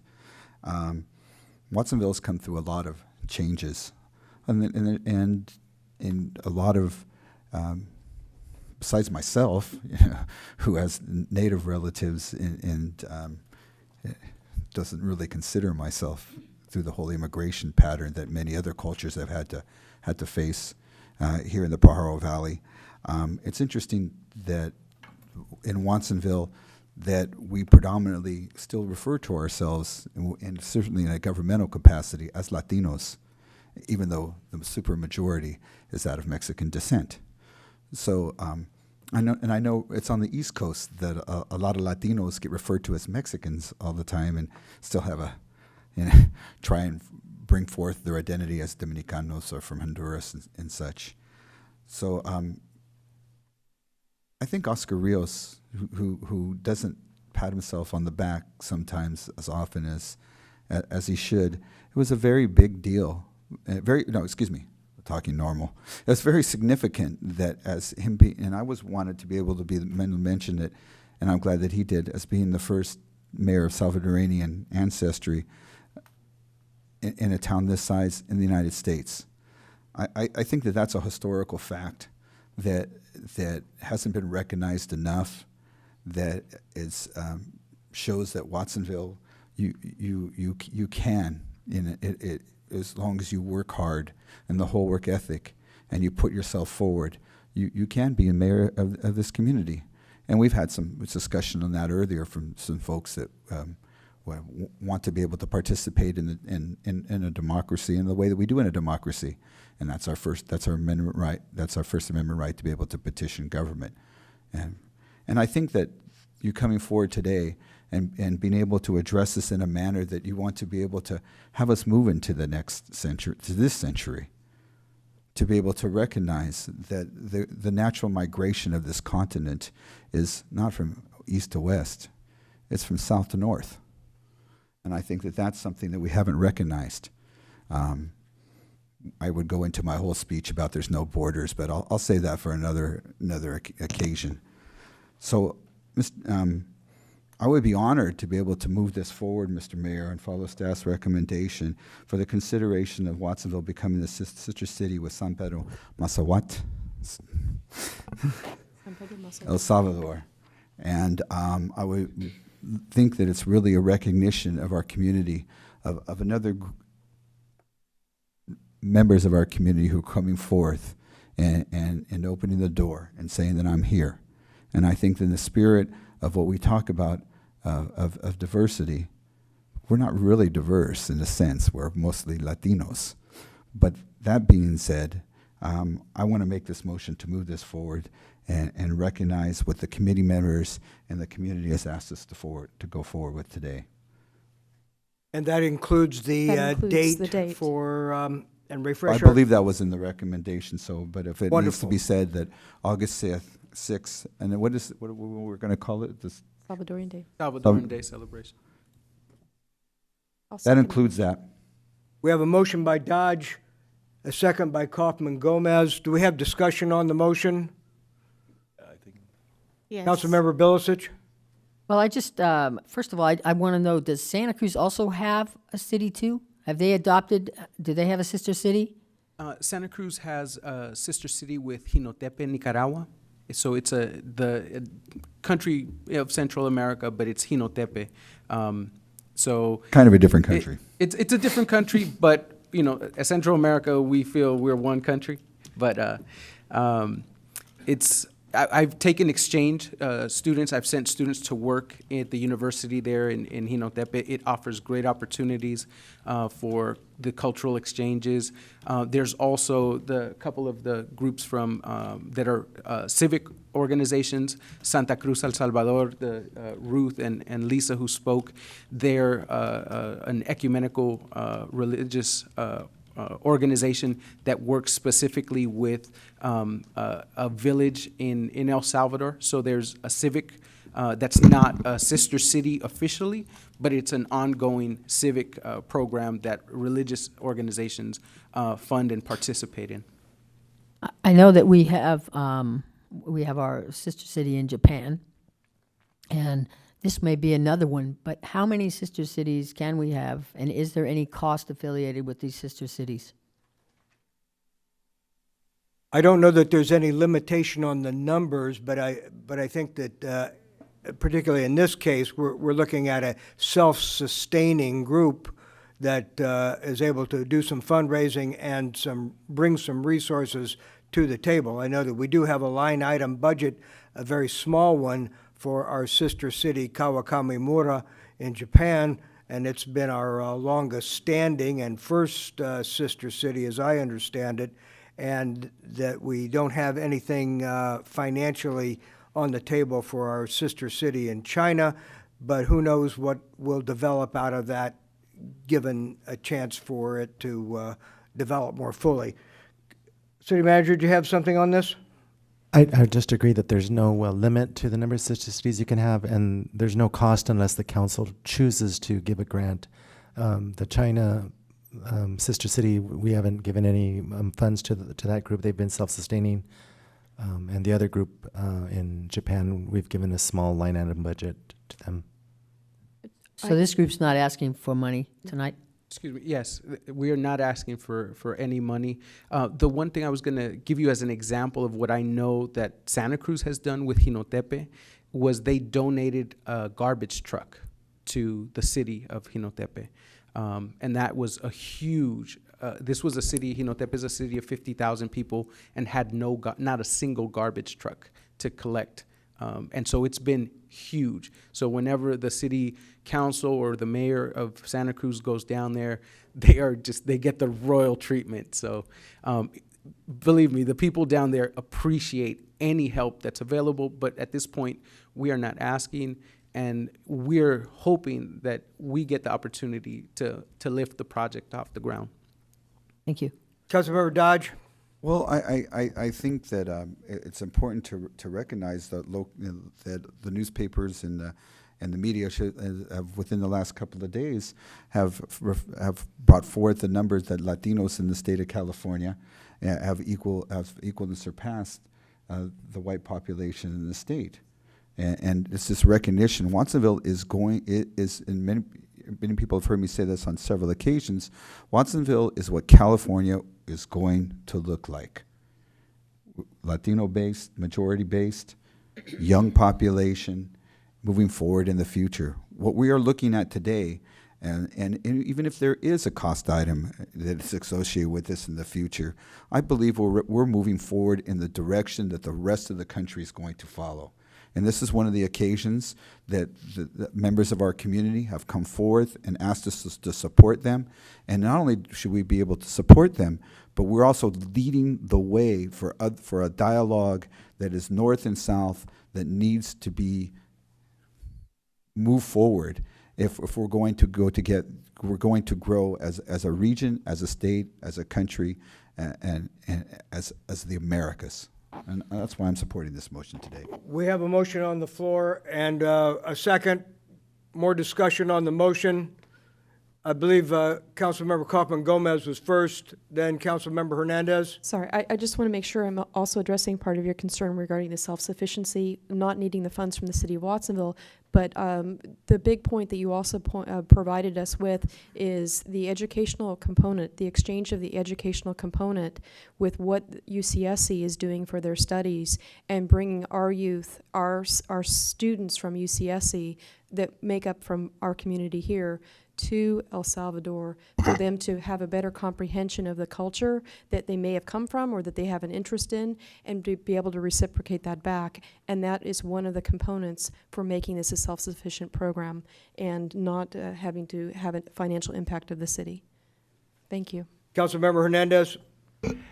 You know, someone brought up the city motto, and I think this is maybe a little more applicable to our city motto, which is opportunity through diversity and unity through cooperation.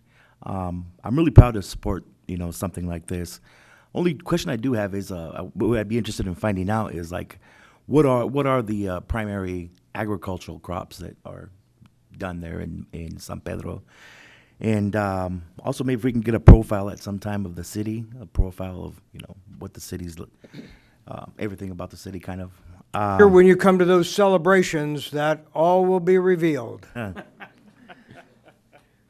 Even better, actually, there's a standing invitation for all of you to visit San Pedro Mazawat, and there's actually elections coming up in El Salvador, presidential elections, in February 2nd of 2014. So the opportunity for international observation, we're always looking for people to come down, monitor the election so that there won't be any fraud. You can find out all about it. You know, thank you very much. I look forward to that opportunity. I'd be interested in following up on that. Yeah, certainly. You know, in another century, I was in Central America, in Honduras and Panama and Costa Rica, but it wasn't possible for me to go to El Salvador at that time. So I look forward to an opportunity to go back, certainly. Mayor Pro Tem. Yes. And then let's wrap this up. Sure. So just to echo a couple of things that have already been stated, you know, the importance of the sister city and recognizing officially and in this very public way another region in our world. And in this instance, it's a region in El Salvador, you know, a city in El Salvador. And I also just want to, you know, put out there full disclosure that I was able to take this course along with undergraduate students as a graduate student at UCSC with Dr. Perla. And I was also able to work with some of those students. So myself, my parents are of Mexican descent. I consider myself Mexican-American, Chicana. And so it was very powerful for me to learn about, you know, different Latino groups, also Latin American groups. So we heard all about, you know, the history of Puerto Rico, Cuba, El Salvador, also Nicaragua. And so just sort of hearing about, you know, the similar struggles among the Latino population. So I think that that's why a lot of us choose to call ourselves Latinos, is because there's shared similarities, shared struggles, but also recognizing that there's also historical differences and also historical differences in the experiences of how we come to the United States and also how we're received here in the United States. So I think that that was a powerful experience for me that sort of demonstrates, you know, the transformative power of education. And again, you know, the class wasn't just made up of Latino students, it was multiple backgrounds, multiple students, and I think that the Sister City concept is also highlighting that it is a powerful recognition of those of us that might be from the region, but it's also an opportunity for those of us that don't have a lot of contact with that part of the world to learn about it and to experience it, and also to celebrate it. So thank you for bringing this forward. Indeed, thank you very much. We do have a motion on the floor, and we've had discussion. Madam Clerk, we're ready for a roll call, please. Villasich? Yes. Cervantes? Yes. Kaufman Gomez? Yes. Dodge? Yes. Hernandez? Yes. Montesino? Yes. First. Yes, and so approved, and we're very excited to inaugurate this sister city with San Pedro Mazawat. I do have One request, and I think we talked about that briefly, is to see about doing an exchange of flags, if possible. Definitely. Thank you. Congratulations. Indeed, keep us posted in how we can participate as fully as possible.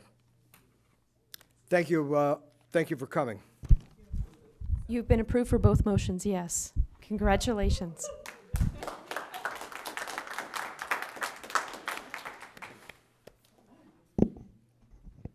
Thank you very much for bringing this to us and allowing us to do our magic with it.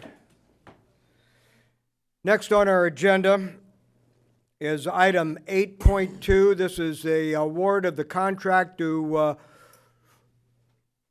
Torero Specialty Products, Limited Liability Corporation, to operate the airport driving range facility.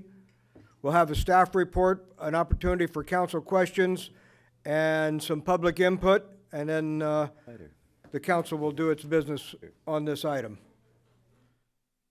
So, Rayvon, I guess this is yours, right? You're the golfer in the room. I'll do. You're going to hit the long ball here. I'm going to do as best as I can. Well, you've seen me putting out there, but so go ahead and drive that baby home. Okay. Well, once again, Mayor Hurst, honorable council members, City Manager Palacios, and staff. Rayvon Williams here again with the airport. With me this evening is the Assistant Director of Public Works, Maria Esther Rodriguez. And we're here as basically a follow-up to a question that was posed by Councilman Montesino at the last budget session, in which he asked, well, what's the story on the driving range? And the city manager assured him that we'd be coming back, and here we are. So tonight what I'd like to do is briefly take you through a little, a few slides that outline where we are on this opportunity. And we've also, over the last couple of weeks, with the assistance of the city attorney, Steve Palmisano, the Director of Public Works, of course, Maria and myself, have concluded a very comprehensive and fair and equitable discussion with the respondent to an RFP, and we've invited them to come here today and spend a few minutes so that you can personally see the individuals that are making not only a substantial financial commitment, but also a long-term commitment, and in fact have roots within the community. So I'll go through the slides here, and then I'll take the opportunity to introduce, or to ask them to come forward to introduce themselves. At any point, please interrupt if you have questions. So the background here is the driving range was established in early 2000 as part of the airport's primary goal to protect and preserve runway safety zones. This is a common land use tactic among airports. In fact, if you fly in general aviation ports across the country, and specifically in California, you'll see that driving ranges or golf courses are very close by. The financial goal of the airport is the same, the financial goal of the driving range is the same as the airport, and that is to be self-sustaining. Early attempts, however, to outsource the driving range going back in the early 2000s weren't as successful as were expected. And the airport management over the past couple of years has managed the driving range facility, effectively assigning employees to it and running the facility on a day-to-day basis. It's important to note that the driving range, like the airport's open 7 days a week. It's open at extended hours in the summer because there are late driving ranges, and we have to run the entire resource. Last year, after conducting a survey and speaking to some of the individuals out on the field, we conducted a number of surveys at various times in English and in Spanish, and we were able to pull some information together to glean that it is a profitable activity if managed. But the reality is we're not golfers, and our staff and resources could be better used if we brought them to the airport. So after discussing with my management, I was given some direction. Well, see if you can figure out a way to make it the most cost-effective and feasible. And we focused on facility investment and also a long-term commitment to the city. With that said, we issued an RFP as noted in the staff report. And the results of that RFP were a proposal with a company that has roots here, as I said, in the neighborhood. Torero Specialty Products is the name of the company. And we've come to an agreement for a ground lease for the entire facility for a 5-year initial term with an option, 4 options for renewal. We're leasing it at a fair market rate. We're going to look at that fair market rate over all of the terms, and we're going to adjust it per market as time goes on. And we're also going to build into that annual CPI adjustments. In return for that, Teoro is they're making a bet on the city. They're making an investment in the city. They're one of what I would hope will be not only good for the airport, but for the city of Watsonville to absolutely be able to talk that a company came in and said, we think Watsonville is a fertile ground for future investment, and they're investing $250,000 in a driving range facility. 9.267 acres of nothing but land that's in the coastal zone on the other side of the highway that will never be able to do anything other than just try to preserve for an airport protection area. And this company is going to come in and invest the time, the energy, and bring resources and potential employment that will not only be a recreational facility, and also I can leverage it, but then I don't have to worry about buying golf balls and going out and figuring out what's going on, and a professional can run it. This includes site development. There's a pro shop there now that's long on the tooth. If you go in there, it looks like it's something right out of Arnold Palmer days, and they're going to bring it up to, I guess, Tiger Wood and Rory McIlroy standards. Those are the only guys I know, so I can only talk to that. They're going to bring in equipment improvements, some of the high-tech lane arranging. I'll let them talk to what they're going to do. They're looking at bringing in a beverage service and slight deli snacks, but really making it a place where what the survey indicated when I ran it the 2 times were most of the people are from the local area. They like it because it's right off the Highway 1. It's relatively close to everyone. It allows them to go and practice there and then go play at the other places. And the price is right, and the times are good. It's a safe area. They love the view. They don't mind the airplanes flying over. And the people that go there they're the regulars. They like being there. And I think that if we had someone that came in that had a professional perspective, they could grow that base. And by growing that base, it's nothing good but for the city. So with that in mind, this is a brief overview of what the facility looks like. You can see it's the 9 acres I noted. It's got a parking lot. Right now it's pretty bare. Basically, we sell balls. We give you a range card. You come in, put the range card in, you get 100 balls, and you sit there and drive it. Then we have people that rake the balls up and wash them and put them away, and we resell them again. So what we're going to have right now, if there aren't any questions, and there certainly can be, but I'm going to invite Patrick Dean and his associate, Nick, to come forward and address the council. And I can run your slides from here. Okay. Good evening, gentlemen. Good evening. Mayor Hurst, council members, thank you very much for having us here. Like Rayvon said, my name is Patrick Dean. I'm Nick Kasanovich. And just going to give you a quick summary of PGC. Our parent company is Torero Specialty Products. That's the entity that we currently run right now. And then we're going to be opening a DBA, which is going to be called Pacific Golf Centers, and that's going to be for this facility here. And so PGC's objective is to make a significant long-term investment in the current airport driving range, as well as the Watsonville community. And in doing so, we strive to create and maintain the most technologically advanced, fun, and accommodating golf practice facility in the state. That's our objective of the whole project right now. Like Rayvon mentioned, there's no question the site needs some renovations. They've done a great job with the facility. Chris and Paul, with the limited resources they've had, have done a great job, although we feel there's significant amount of traffic that can be brought to the range to achieve the potential we see at this location. Right now, you go to the facility, the only thing you can do is hit balls. We're looking to bring 3 additional components to the range, which Pat's going to speak to. All right. On your monitors, can you see our slides? Yes. Okay. So this is our proposed site map as of right now. Like Nick said, the current facility has basically one service that they offer, which is hitting golf balls. And what we're going to be doing is adding to that and adding 3 additional subcategories or subcomponents to the facility. But our main component is going to remain golf. And in doing so, some of the major changes that we're going to make are we've already teamed with a golf course architect named Jay Balassi. One of his most recent projects was he just finished designing and constructing the Stanford golf practice complex in Palo Alto. And we're going to take a lot of features that he's done there and incorporate it into the facility here. But one of the things we're doing is on the north part, we're going to be adding 15,000 square foot short game practice area, all natural grass. And in addition to that, we're going to be adding natural grass hitting tees as well as target greens that are going to be out in the infield. Those are the circles right in the middle you see. That's going to give players the aspect of practice just like they would on the golf course. So it's going to be real life situations real life playing circumstances, and it's going to attract a lot of people because that's what golfers really want. And then, like Nick said, we're going to be adding 3 more components. We're going to be adding a food and beverage component. We're going to be adding a golf retail pro shop, as well as golf teaching academy. And this is all going to be done in, on your sheet, it's under B, the existing facility there. So it already has a structure on it. We're not going to be building outside of the structure. We're going to be keeping within it. We're going to completely gut, renovate, and start from the beginning within the structure that's already in existence there. And then one thing that we're going to be incorporating throughout all of the facility is our additions with technology.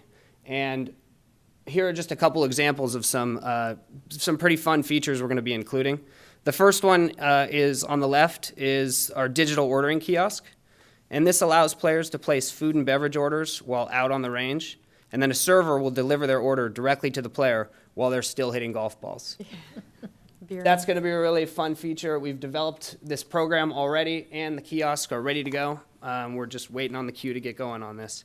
The middle one right here are our Power Tee Auto Tee systems, and we're going to have several of these installed where golfers will swing, hit the ball, and then up will pop a new golf ball ready to hit. Once again, it's a fun feature. Customers are going to really love it, but it has more value than just that. It really makes the facility accessible to the elderly and disabled. It's something that the manufacturer of the product really tout, and we think it's going to be a great addition to the facility as well.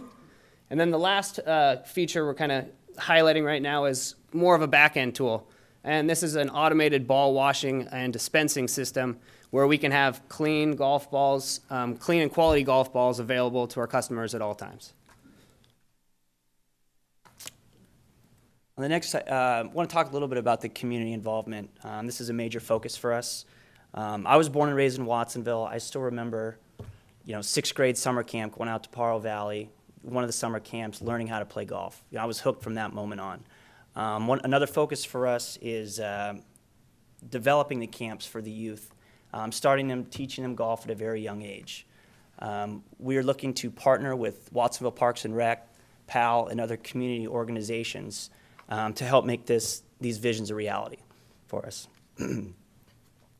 We also intend to make our facility available to both middle and high school golf teams, so they have other options for practice facilities as well. We're working closely with the airport to support their promotion and events calendar, including the second Saturday's Day at the Sky, as well as the air show. And then finally, we want to make our facility available for fundraising opportunities with local organizations as well as small businesses. And we're just wrapping things up here. This is our projected timeline. We have pretty much all of the pieces of the puzzle ready to go as of right now. So July 2nd, hopefully we can get this lease completed so we can move forward with this. And then we're hoping to have our design plans and site plans finalized and completed by August 10th. And there's a lot involved in that. There's a couple different parties. There's a golf course architect. There's our general contractor, as well as our let's call it our facility architect as well. So there's many different pieces, but we have pretty much everybody ready to go. And we're hoping to get those designs done by August 10th. And then by August 31st, full site plans approved is what we're hoping for. We're looking to break ground by September 15th, and then a month later, we want to be able to complete all of our outdoor features, all the things that I just highlighted a couple slides back. And then December 7th is the date we're really shooting for to bring this to life, open to the public, and hopefully that can be our ribbon cutting with most of you guys there, and the grand opening, December 7th. So just want to say thank you again to Rayvon, Steve, Maria, and Alan for all their work so far. We definitely really appreciate it. And we just greatly look forward to kicking this project off. So thank you. Thank you very much for bringing this concept and this RFP proposal and completing your presentation here this evening. Let's see if there's some questions from the council. Councilmember Dodge.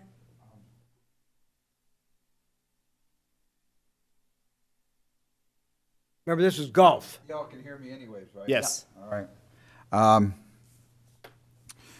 First of all, I'd like to thank the airport manager for his forward thinking and bringing forth and facilitating this and bringing forth this proposal for an area of that commerce in our community that really needs to be upgraded. So I thank you, sir, for that. Second of all, After reviewing this presentation from the youngest-looking businessmen that have addressed the city council while I've been here, your timing is really good because I'm old enough to move into Bay Village now, and I'm looking forward to semi-retirement. So I've been meaning to take up golf. So I'm happy and more than warm to welcome you into the community. I too had a friend that I went to high school with. His name was Brian Peeney, and he's left us a couple of years ago.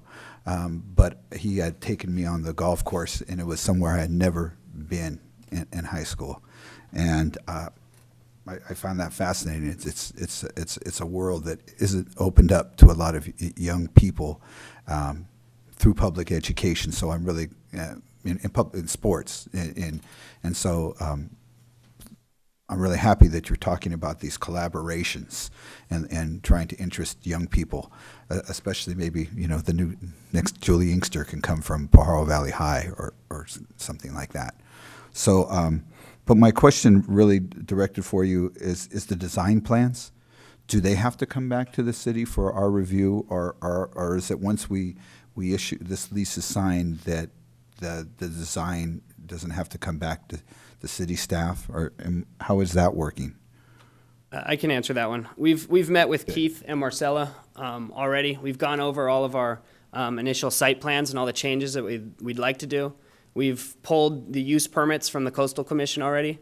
So everything that we're planning on doing is already permitted by the Coastal Commission. That's the beauty of this facility. It's already there. We don't have to start from scratch, especially in the permitting. But in terms of new construction and the renovations, we're going to follow every guideline and all the steps, work closely with Keith and Marcella, and we're confident we can fulfill all the obligations we need to get it done. Well, that was my question in particular, being I'm well aware of west of Highway 1 issues, yes. And so I was wondering if there would be separate permit requirements in the upgrade of the facility. It's a very good question. We scratched many of the original, well, not many, some of the original plans that we would have liked to do there to the facility. We scratched them because it would be a really long uphill battle, especially to start right now, doing that. So all the plans that we've proposed fit the guidelines that are in the property for right now. Well, I admire you for taking on all these challenges, and I look forward to getting to know you gentlemen in the future. Right, thank you. Thank you very much, Councilman Burdage. We'll see you out there on the green, I'm sure. I'm trying to tell you. Councilmember Hernandez. This is kind of timely for us for me because this will complement a lot of the local golf tournament, the benefit games. People always want to polish up their swing before those, local fundraisers, golf tournaments. I myself have been looking on Groupon just this last week for golf lessons, and so I look forward to the golf lessons. I myself have never swung a golf club in my life, not even, other than the little small golf at the boardwalk, but that's about it. But you'll see me there. Don't laugh at me when I miss the ball. There he goes, spending his money out of town. Yes, there you go. Keep it local. Yeah, I'll delete that Groupon for Santa Cruz and. Perfect. Any other questions from the council to the applicants? Councilmember Kaufman Gomez. So I'm going to line up so that you can shoot on these. So I have about 9 questions, but most of them are pretty short and sweet.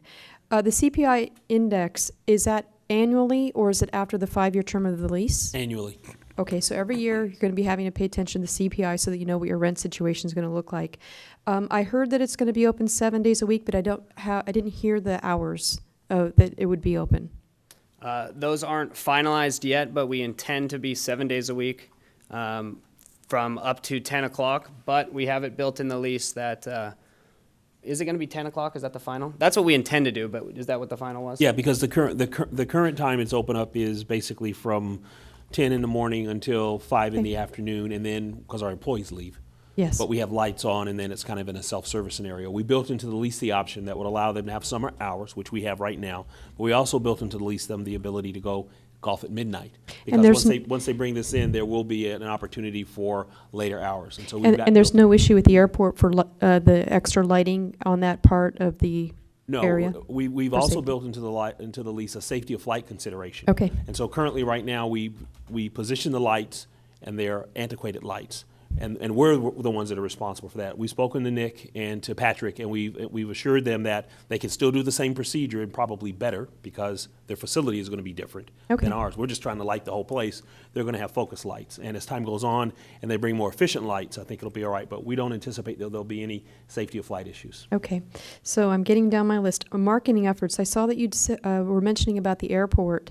And what other marketing opportunities or options are you going to be considering to get the PR out? One suggestion I have is see if you can get the Chamber of Commerce involved and maybe do a ribbon cutting kind of thing, getting some more PR for yourself and bringing the community out to the site there so that we have a chance of seeing it that way as an example.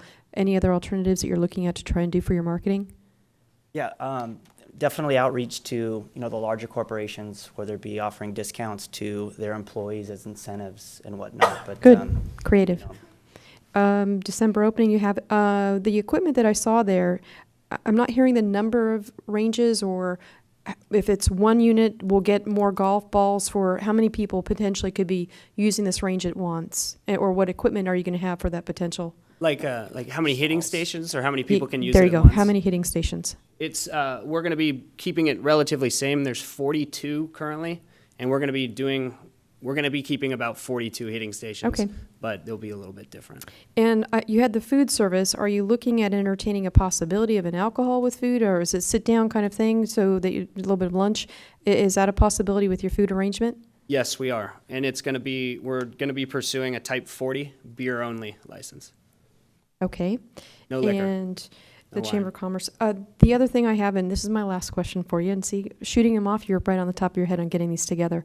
The water issue, are you using potable water, or what are we looking at in terms of how much volume we would maybe looking at in our community, looking at trying to do our water restrictions and retention? So two answers to that. I'll take the current water situation because we made it very clear to Patrick and Nick.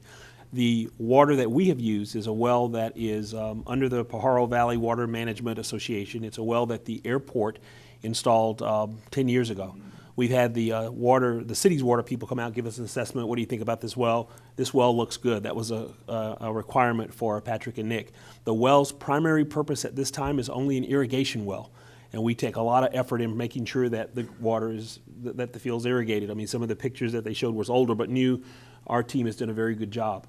That water is not drinkable. So the current process we have right now is we bring in bottled water, a lot of bottled water, and we made it very clear to Pacific Golf Centers that we surely will make sure on the airport side that that well is available and viable so that you can have irrigation. However, if you decide that you're going to have a restaurant or you're going to need drinkable water, you're going to either A, have to figure out how to put a new drill in, or B, bring in your own water. And they have looked at that and said, yeah, we think we got that, and their answer is? Yeah, they've made that very clear to us, and good to hear. We've solved that problem. There are many different filter systems that you can do. Under a recommendation from a restaurant contractor, they've solved that problem for us. I do appreciate getting all of this together with the feedback and the presentation. So thank you very much for answering my questions. Other questions from the council? Councilmember Montesino. So I got a question, and it looks like a really good project.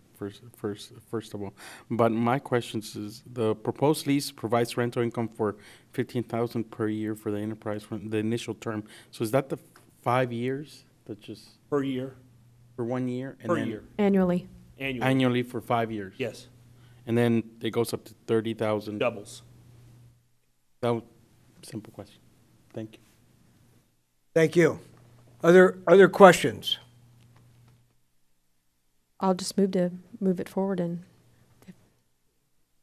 We have a motion by Kaufman Gomez. Oh, that's right. Let's have the public weigh in here, of course. Let's go out to the public for public input. This is item C on the agenda. Public input, please. we're good to go.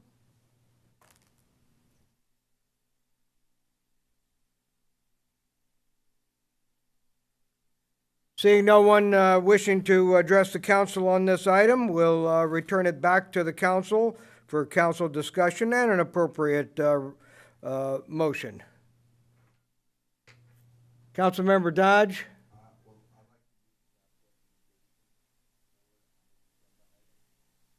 Be able to, I want to make sure that I read it right, to award, it's an award of contract to Torreo Specialty Products to operate the airport driving range facility. Motion by Dodge, second by Kaufman Gomez. Do we have any more discussion on the motion? Councilmember Bilicic. I just want to thank both of you. I think it's a great project. You presented things very well, and I think we're moving forward in regards to golf in this area. So thank you for your hard work. Indeed, gentlemen. Thanks for looking sharp tonight, too. You raised the bar for the whole audience Really? out there. Other questions or discussion on the motion? I just really, again, too, would like to echo that. I really think that this is a facility that needs to be upgraded and move forward. And I really like your ideas of interacting with the young people in our community, with all the major facilities that surround the Monterey Bay area, and providing an opportunity for some young lady to be able to win that AT&T Open sometime. So that's the way I look at it. Thank you very much.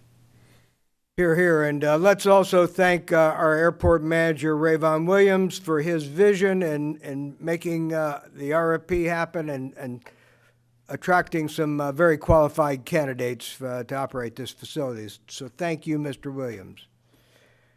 Madam Clerk, I think we're ready for a roll call. Birasich, Yes. Cervantes, Yes. Kaufman Gomez, Yes. Dodge, Yes. Hernandez, Montesino, Yes. Hurst. Yes, and so approved. Thank you very much and congratulations. We look forward to updates and progress. And, you know, when I'm done working on the council, that may be my home away from home. It's nice and close and green. Let's move on to our last item on our agenda, as far as I know, 8.3. This is the living wage. We'll have a staff report, an opportunity for council questions, some public input, don't let me forget that, and then some discussion and decisions by the council. At your convenience. Good evening, Mayor, members of the council. My name is Mario Maldonado. I'm Deputy City Manager, and since 2003, I've had the pleasure of overseeing our living wage ordinance. And tonight, what we have is an annual report regarding the status of the living wage and specific recommendation regarding setting the annual living wage rate. So just a little bit of what you should expect tonight, give you a little bit of background. Some of you are new to the council, so you may not have all the details around living wage. The recommendation for coming fiscal year, just an overview of the ordinance, council action, and what's happening at the county and city of Santa Cruz, as they also have a living wage ordinance. The specific recommendation for you tonight is that you accept and file the living wage annual report as you have been doing for several years now, and to set the rates for this coming fiscal year. And staff is recommending that we maintain the current rate, which is $13.08 for benefited employees and $14.27 for employees not receiving benefits. So a little bit of background, there was a living wage movement in the late 90s, early 2000s. Locally, 3 jurisdictions adopted a living wage ordinance. That was City of Santa Cruz, County of Santa Cruz, and the City of Watsonville. For the city and the county, the limit on the contracts is $10,000 or more in a given fiscal year. And there were a list of private sector categories that this applies to. And there were some exemptions. In our case, 5 or fewer employees per contractor, if they have a union contract, if they're paying federal prevailing wages, or if they're running a student internship program. The other element to the living wage ordinance was that the council on an annual basis could consider implementing a cost of living adjustment after having heard a report from staff. This is unique to Watsonville. The county automatically implements the CPI, and so does the city of Santa Cruz. The ordinance also requires that there be some written payroll certifications from the eligible vendors. In terms of the specific requirements for the city of Watsonville, as I mentioned, our ordinance is 10,000 or greater. The county is 15,000, so that's a difference. Our rates are having changed in the last couple of years. In 2012, 2013, the council opted not to implement a COLA adjustment. If you were to consider a COLA adjustment for this coming year, that adjustment is 3.7%, and it's based on the cost of living adjustment from the October to October period of 2011 to 2012. This is just a snapshot of the various categories that are subject to the ordinance. We have 16 categories. In the time that I've been overseeing the program, we've added a couple back in 2005, I believe. But since then, it's been 16, and it's consistent with the city of Santa Cruz and the county as well. And here's the remaining. The last one we added was recycling services as an eligible activity that's subject to living wage. We do have a monitoring program in place. It's done through our finance department. Primarily is a written self-certification process, and this is consistent with the other jurisdictions. We also have compliance letters that go out and return to the city. The employers must notify annually the employees, and the eligible employees are those employees that do work for the city. So if we are contracting with a custodial company, it's the staff person that's assigned to work at the city of Watsonville, and that's the same at the city of Santa Cruz as well. They're also required to post living wage ordinance and the rates for that year, and provide certified payroll records when requested. We do a random audit once a year to ensure that we are providing monitoring for this program. And lastly, we manage our living wage website that has all of the forms that the vendors have to utilize to be in compliance. And those forms are both in English and Spanish, by the way. In terms of the county, again, their contracts for the city is 10,000 or more. For the county, it's 15,000 or more. The county has over 350 different vendors. We have right now 45, and I believe the city of Santa Cruz has less than 60. I wasn't able to get confirmation as of today's meeting, but I will get back to you on that one. The current rate both at the county and the city of Santa Cruz is $14.79 an hour for employees with benefits, and $16.13 for employees without benefits. And in the red there, you see the difference between our rates. Again, the CPI for this year is 3.7. Part of the discussion that we've had over the last 3 years has been the challenges that other jurisdictions have faced with growing downturn in the economy, and the fact that generally the way this program works is that anytime we raise rates, that those costs are passed through in our contracts with the vendors. And so the council has made a deliberate decision over the last 4 years to not raise those rates, considering that we have had significant salary reductions with our employees. Our own operations we've cut back, and so we felt it was prudent, and also to help our local businesses. 21 of the 45 vendors that are subject to this ordinance are local vendors. So this also has a benefit to them in the fact that we have not done an automatic COLA like the other jurisdictions have. We've had discussions at the jurisdictional level through the city selection committee to try to bring the rates in conformity. One of the challenges, frankly, for the other jurisdictions is that they automatically per ordinance, they automatically raise the rates. In our case, we set it so that the council had the opportunity to consider them annually to be able to either set what the COLA is or a different rate or leave the rates the same. So in that way, we've been flexible. And the discussions have been to try to find a way to change those ordinances so that we can catch up once the economy starts picking up. Just an overview of what happened last year. We had 43 vendors that were subject to it. Every year, the finance department does an audit for the previous fiscal year and see which vendors hit that 10,000 mark. So for this coming year, 45 of the contractors we would qualify. Again, 21 of those are local vendors. 20 of those are paying $13 an 8 with benefits, and 12 are paying $14.27 without benefits. 11 are exempt for either having 5 or fewer employees. 6 of those have union agreements, and 4 are paying prevailing wage, and 1 is a nonprofit.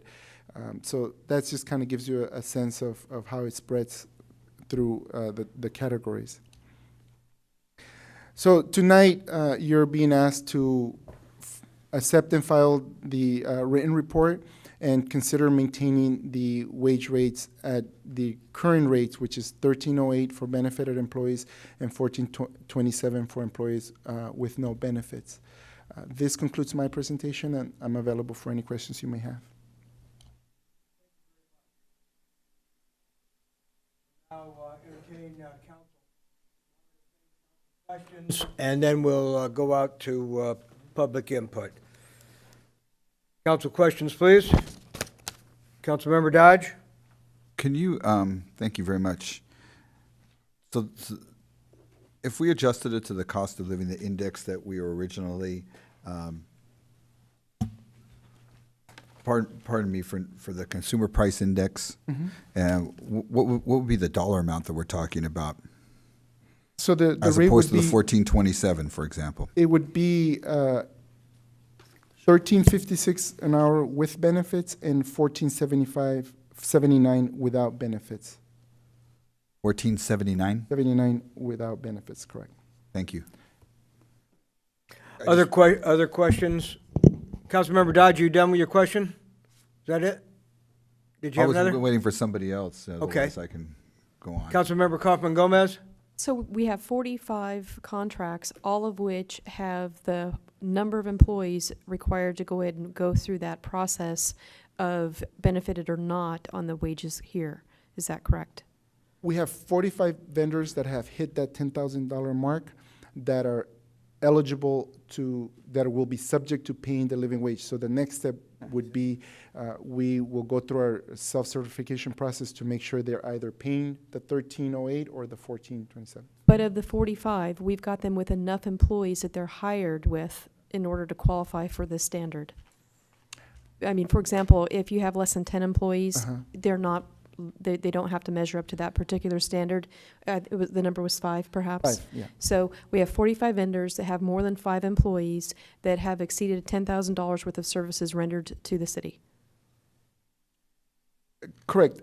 In the way we typically, this data was for last year. So this coming year, we went back and looked at all of our vendors and said, okay, last year 43 qualified. This year 45 will qualify. And so we'll start our regular auditing process and find out how many meet the criteria of 13 or 14 or are exempt based on the categories. So the data that I provided you is for last year. Thank you. I think one of the questions that I asked via email had to do with of these 45 vendors that have reached that $10,000 and more dollar mark for contracted services. How many of them are Watsonville-based businesses? 21. 21 of them. And what is this equal to in terms of number of employees total that benefit from the living wage ordinance? We don't, that's not information we request in our audits. It's certainly something that we could add to our forms. Generally, these are very small operations, less than 10 people, I would say.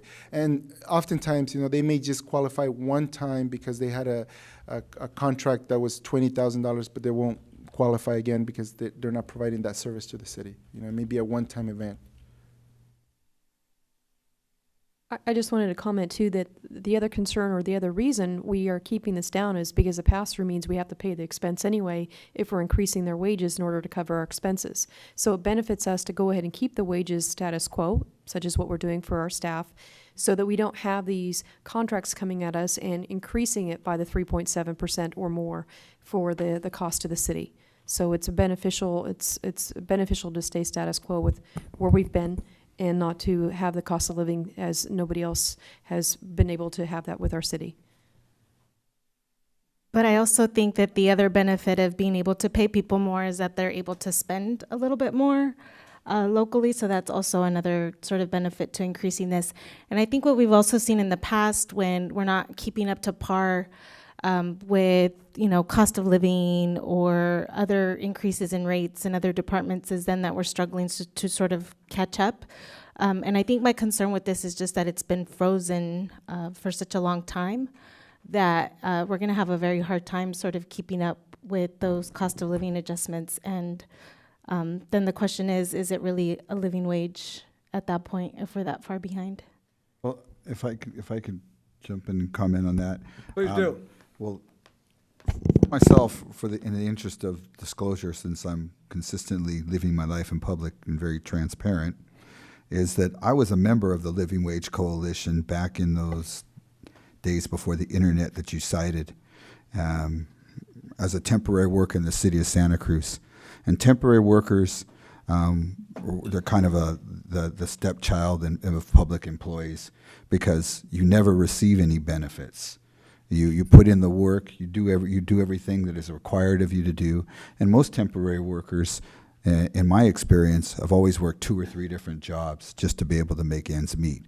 And that's how we do it in the county of Santa Cruz, for example. Doesn't really hire permanent full-time FTE employees. They hire a lot of temporaries to be able to balance their budgets. So we're balancing the budget, in a sense, on the lowest paid workers, and that's been my personal experience. So for us to fall behind so far on the CPI, I'm in agreement with what the Vice Mayor Cervantes was saying, in a sense that we're falling behind, and we consistently fall behind, and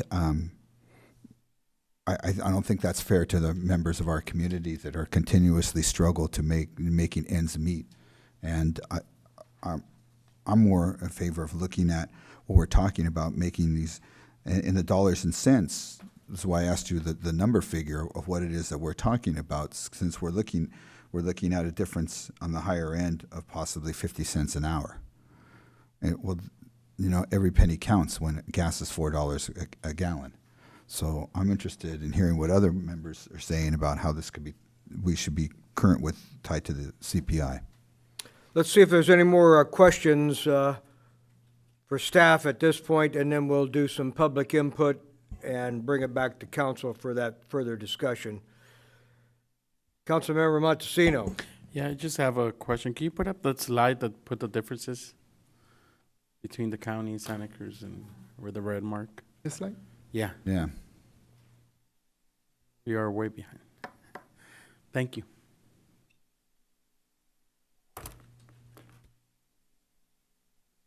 Other questions for staff by council at this time? Seeing no further questions at this time for staff, let's open this public input session up, see if there's anyone from the public who would like to address us on living wage, item 8.3. Please step to the microphone.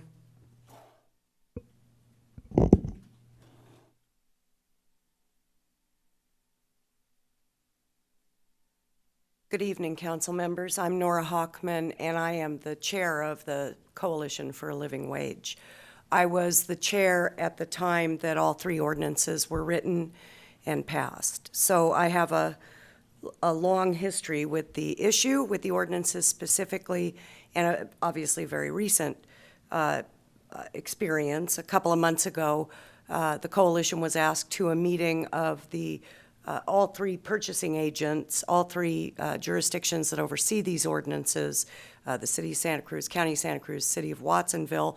The meeting was set according to, based on Mr. Maldonado's scheduling needs. Unfortunately, he didn't join us.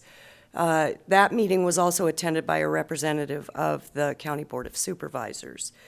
In that meeting, we learned a couple of things. One was there has been no pass-through of higher costs in the contracts from the vendors to the jurisdictions as a result of the annual indexing to the CPI. Zero increased costs. There have been no changes of vendors attributed to increased costs that those vendors then pay to workers.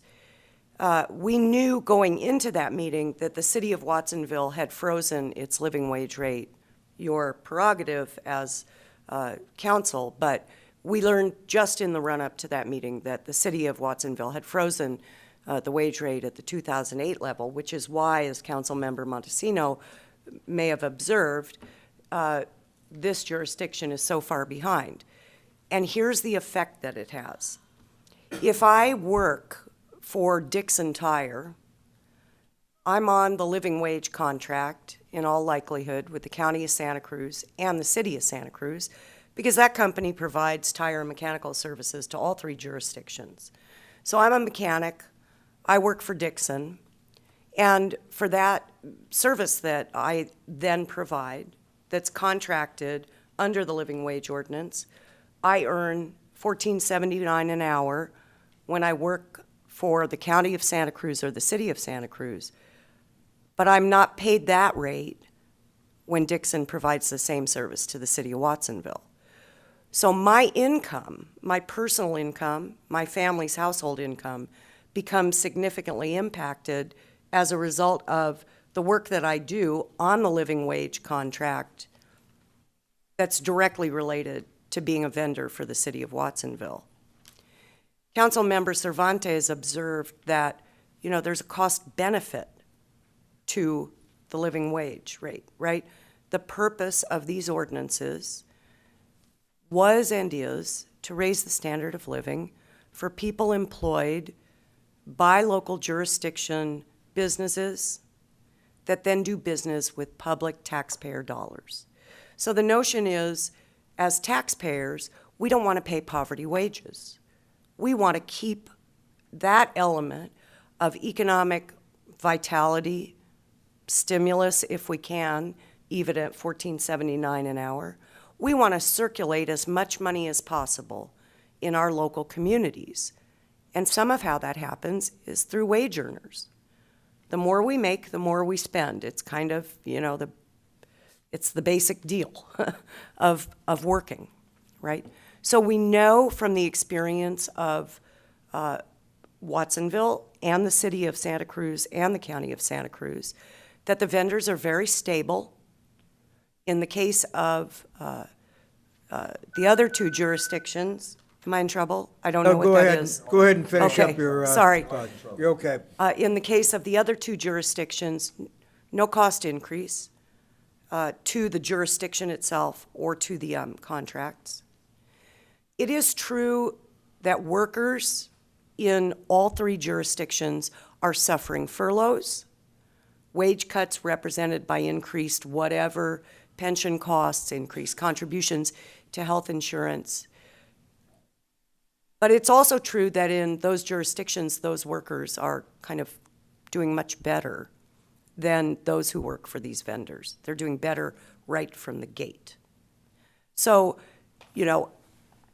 to the notion that we would hurt a group of workers who happen to work under living wage contracts because as a result of the economics of, let's say, the state of California, we have had to hurt other groups of workers. The idea is to lift the economics of these households, not to hurt a further group.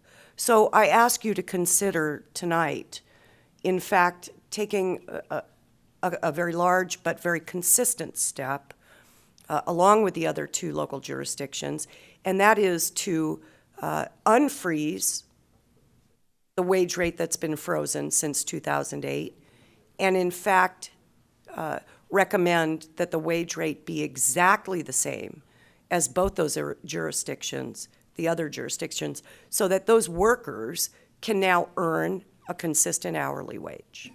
Thank you. And I'm happy to answer questions should you have any. Thank you very much. We'll see if the council has questions after the next speaker. Good evening, members of the City Council. Cesar Lara with the Monterey Bay Central Labor Council. In the last 6 months, I've been here more often than I have in other years, but all in regards to working families and workers. And this debate is going on in the City Council just like it was going on in Sacramento last week with the arguments or discussion around increasing the minimum wage in the state of California. Cities have limited tools in regards to raising standards of living in communities. The one way you do it is how you pay your employees and the benefits you provide to them as citizens of your community. Another is the relationship you have with your vendors. And historically, in Santa Cruz County and in other communities, we've had a living wage movement. In this community, we had it in 2002. Councilmember Dodge was involved back then. The Labor Council has supported all three of the living wage ordinance. And something has happened since 2008. The city of Watsonville has frozen their rates at that level, as we've had other jurisdictions adjust with the CPI. The city of Watsonville has been stagnant. And I'm here for the workers, the union and non-unionized workers that are facing trouble. We are facing a tough economy, and those at the bottom are being affected the most. And once again, the city of Watsonville has limited tools at their disposal. We're talking about a $1.71 difference between the other jurisdictions. It does add up, and your values are based off the decisions that you do as council members. And these are one of the limited tools you have. And I ask that you, at the minimum, take staff's recommendation, but also maybe look at increasing it to the other jurisdictions. The workers that are providing the services, just like the debate in Sacramento in regards to minimum wage, every single time we have an argument about minimum wage in California, there's the argument of doom and gloom, but decisions are made. And in this chamber tonight, we have a similar smaller decision that this city council could do, and I ask that you do at least minimum take the staff recommendation, but the most maybe look at matching what the other jurisdictions are doing. Thank you. Thank you, Mr. Lara. Anyone else wish to address the council on this item before us? Minimum living wage? Seeing none, I'll return it to the council for any other discussion, first of all. Discussion, questions? Councilmember Dodge? Really quickly, I'd just like to get the 2012 CPI, just so I can understand that last figure that you have back on the bottom of the screen right now on the Jumbotron. The CPI for the cost of, man, I'm going to start all over. CPI is 3.7. That's how much it's moved up in the past year. So that if we were looking at 3.7 to become current, it's not a complete catch-up, but it's what the original ordinance had in it, which was the adjustment to the CPI. Correct? Our ordinance says that the council may consider a COLA. Our ordinance doesn't specify the period in which we take the COLA. We've, in the spirit of working with the other jurisdictions, we've always gone with October to October. Now, the October to October period tends to be higher. As an example, for this year, it's 3.7. Okay, if we that's were fine. to go with April, it's 2.2%. And so the other jurisdictions are having that debate whether A, do they amend their ordinance so that it's not automatic, and which CPI should they use? Should they use the October to October period or one that's more commonly used, which is the April? Again, we've always gone with the October one. And what is the difference between, I mean, what is the time period that was chosen between the April and the October? It's usually the previous year. So in the 3.7 reflects October 2011 to October of 2012. Okay, so if we looked at the 3.7, that doesn't bring us concurrent with some of the other wages, but it brings us current with the CPI. Am I correct? Correct. Councilmember Kaufman Gomez, please. What are we looking at in terms of our overall budget expense for the 45 contracts that we've had in what we've annually had for services rendered? Do we know how much money we've spent this past year for those 45 contracts? For those contracts, we would have to isolate the cost. So I could do that. I would have to prepare a different report because again, we're looking at the trigger. Did they meet the minimum of 10,000? And it could have been a contract for a one-time service, or it could have been through the open bid process, or it could have been just our oral bid process. So we don't budget per se for this operation. It's done through our regular budget operations. You know, if a boiler breaks down, we have to replace it, and there's a vendor that may be subject to it. Landscaping, we do have some regular contracts, but there may be a situation where we do a special project at a park. So generally, though, the contracts can range between the 15 to 50,000 range. I'm looking at it cumulatively. So let's say, for example, we have, and I don't know how accurate or how far off this number is, $200,000 worth of services rendered that qualify. And we're looking at 3.7% interest on that in terms of an increase based on the CPI for this time of the year. That would be what we're looking to do, and what our change is going to be to our budget prospectively if we go with this particular adoption of the CPI.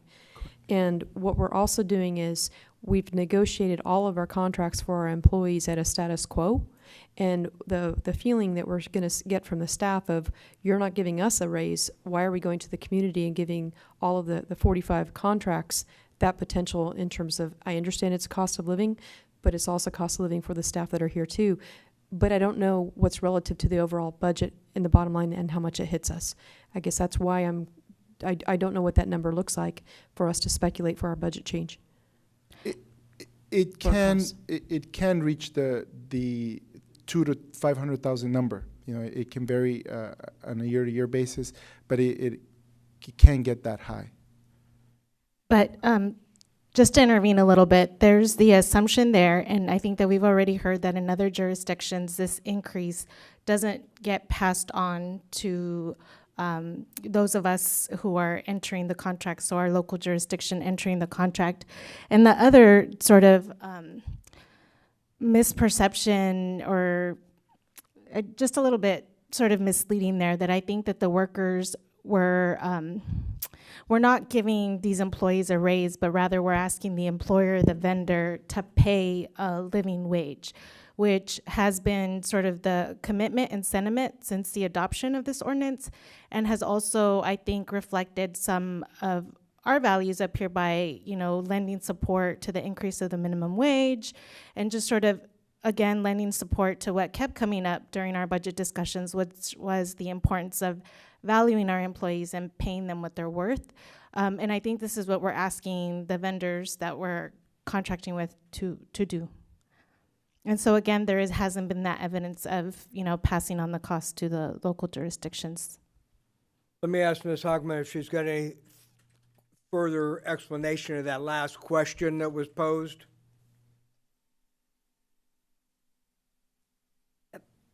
Thank you, Member Cervantes, for some of that clarification. Just to be very clear, whatever these dollars are that the assistant manager is throwing around are not impacts on your annual budget. These are dollars that are spent by vendors who do business with the city of Watsonville. And some of that cost of doing business are their labor costs. So I don't know what that $200,000 to $500,000 figure is. There is no cost to the city of Santa Cruz, County of Santa Cruz, or the city of Watsonville, other than to let a contract, to enter into a contract with a vendor, and then that contract costs whatever is inside of that box. Because we have no evidence, and in fact, the purchasing directors from both the county and the city of Santa Cruz have told us as recently as a couple of months ago that they are not seeing increases in their contracts from these vendors, and they're pretty much all the same vendors. This is not that big a community, countywide. They're not seeing any increase in costs as a result of the increase in wages being built in to each year's new contracts. The notion that Watsonville has repressed the wage since 2008, the difference is very significant to the wage earner. It is irrelevant to the budget of the city of Watsonville, and it has minor impacts on the businesses themselves because maybe 50 or 60, at the outside 70 workers are working on these living wage contracts. So when you think about this, that could be 10 families per district. We're not talking about huge impacts here.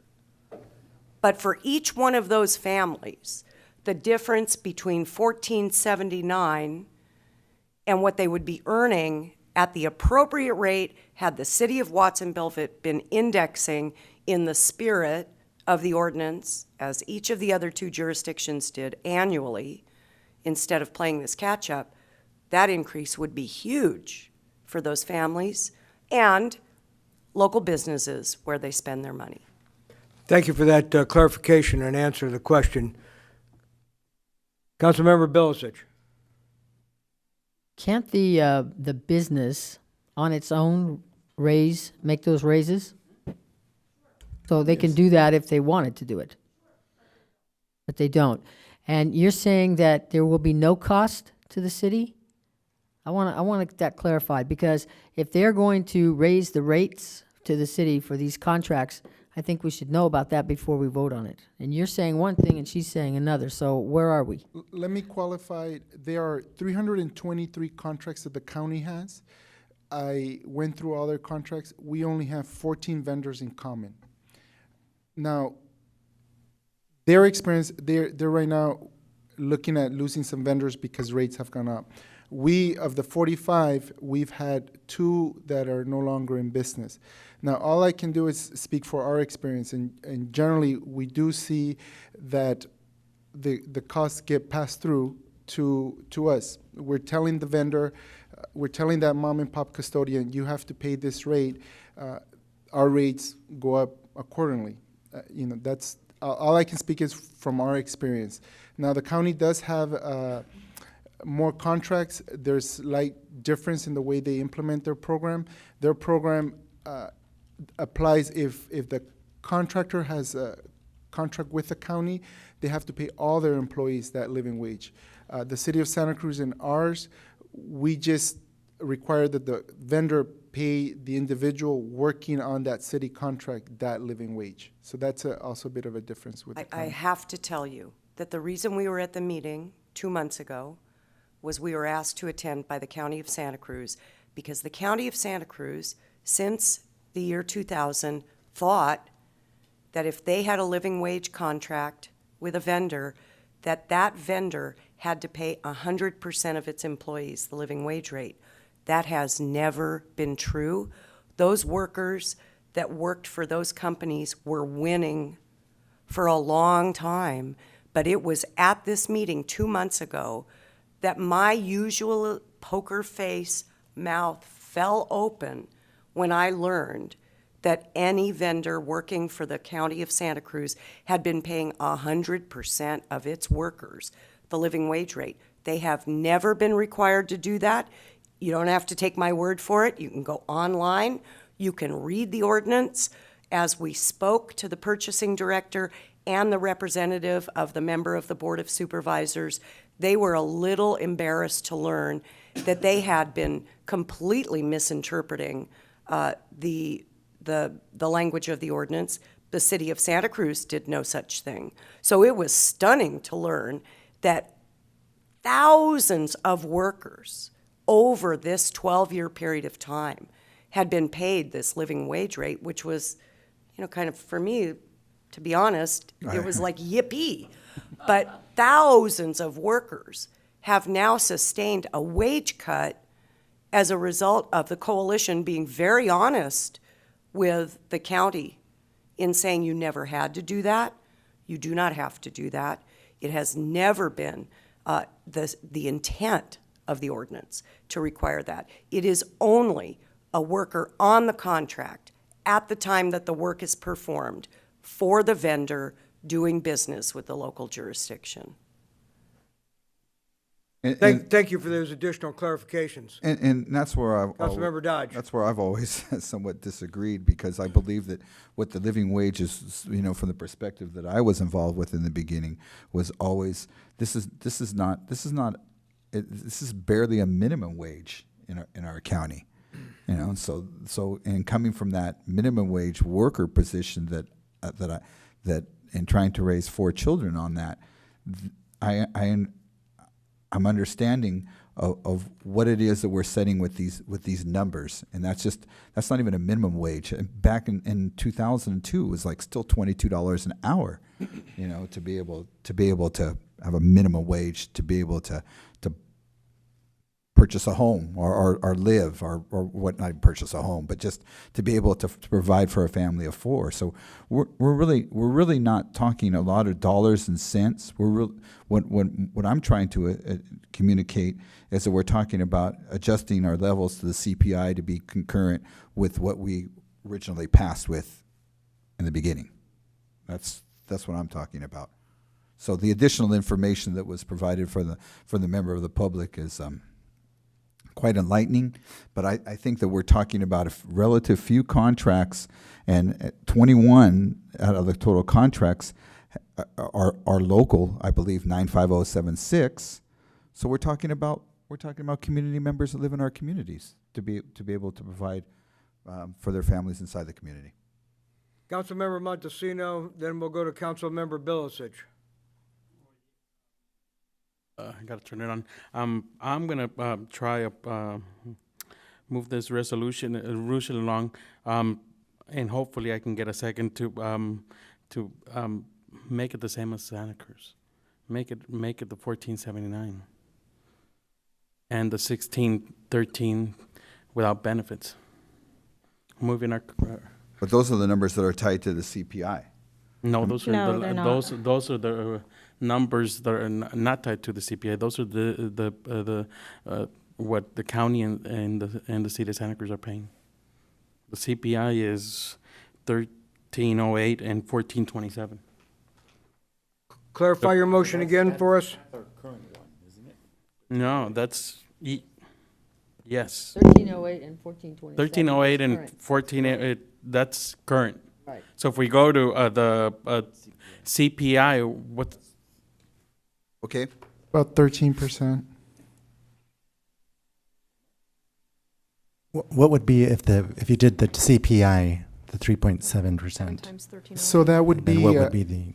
Go ahead. If we did the 3.7, the hourly rate with benefits would be $13.56, and the rate for no benefits would be $14.79. So that's 3.7 COLA for next year. My motion wants to go with the county and the city of Santa Cruz for $14.79 with benefits and $16.13 without benefits. And that's roughly a little bit over 13% increase. Yep. And if I can get a second, one of my council members. I'll second this for the purpose of discussion. Okay, we've got a motion on the floor and a motion by Montesino, second by Dodge. Now we can have some discussion on the motion. Want to tell us why you think your motion is the right motion? Yeah, I mean, coming on from a freeze from 2008 and leaving some of the workers that work and some of these vendors at disadvantage.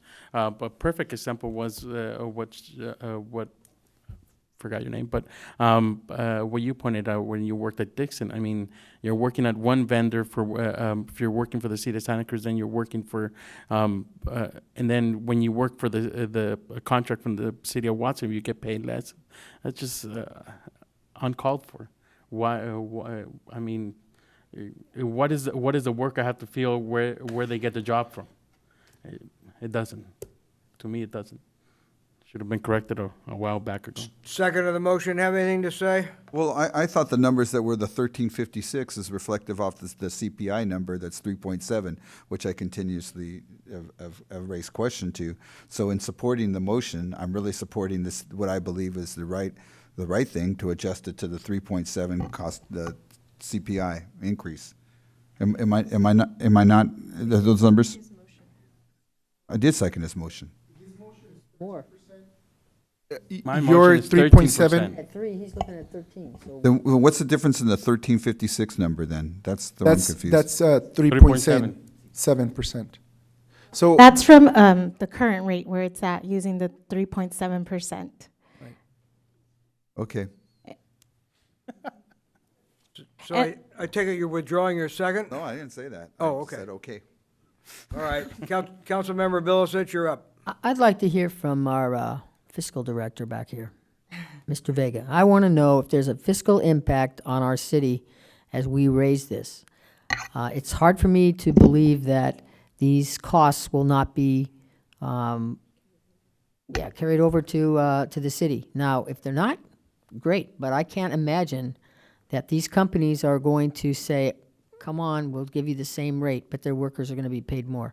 And it's a huge increase if we're looking at what Councilmember Montesino wants, 13%. That's more than our workers and everything else. So I want to hear what you have to say. I guess what Dr. Bilicich is asking is, are we really going to be using anybody else's money here? No, it's pure economics. When you are running a business, if your costs go up, and normally your costs are, the greatest cost of any operation is labor. So your costs go up, that means that your cost for providing those services is going to go up. So it is, it will be, I don't know exactly how these businesses run their operations, but it will make sense that if I was running any of those businesses and if I was required to pay a higher wage for a specific job, I will have to pass on those costs onto the organization or the individual who I'm providing the services to. So using rough estimates, if we were to look at 45 contractors that qualify for this ordinance, and we're looking at a minimum of $10,000 in a contract, we're talking about at least $450,000 that we are paying on an annual basis. And if we increase this by 13%, then likely that 13% is going to be passed on to us. So roughly 10% is about $45,000 out of the $450,000. So we will be paying anywhere between $45,000 and $50,000, probably more in cost. Even though the experience probably from the county or the city has been that the contractors have not increased the wage. I cannot speak for that because I don't have the data. But in general, just looking at general business sense and economics, it is highly likely that we will end up paying more. The greater that the rate is for the living wage. You don't think the vendors would reduce their profit margin some? It is possible that they may reduce some of it, maybe, but not a significant amount. They try to, if they want to stay in business, they may do some of it, but the majority of that will be passed on to the customers that they're providing services. Mayor Pro Tem? So I'm going to be a little bit conservative on this one because I do think, in keeping with our previous conversations as well, in terms of increasing and catching up, that it's also been gradual, right? And I think the beauty of this is that we have the flexibility. It's sort of built into our ordinance that we also have the ability to revisit this after a year. And I think that after a year, and I'm going to propose a friendly amendment to get it down to that 3.7% CPI. And so it's up to the maker of the motion to accept it or not. But I think that during that, I would also like to see some research in terms of, you know, if there are possible increases to this, in terms of like getting passed on to the city, sort of seeing those numbers as well. So I'm asking for a friendly amendment to your original motion. I see the maker of the motion smiling over here. That indicates to me that, well, go ahead. And the reason for this, just to give you a little bit more sort of incentive for perhaps accepting it, is that, you know, I also don't want to ignore the fact that we are recovering a lot more slowly than the County of Santa Cruz and also the City of Santa Cruz. So I do want to be sensitive to that and attentive to that. And I think that, you know, I do appreciate Mario Maldonado's efforts on this, you know, because he has been keeping in sort of the urgency of that situation that we have found ourselves fiscally, but at the same time sort of being available and present to answering our questions about, you know, also the urgency of taking care of workers, whether they be city employees or also employees that we contract with. How about we split the puppy 5%?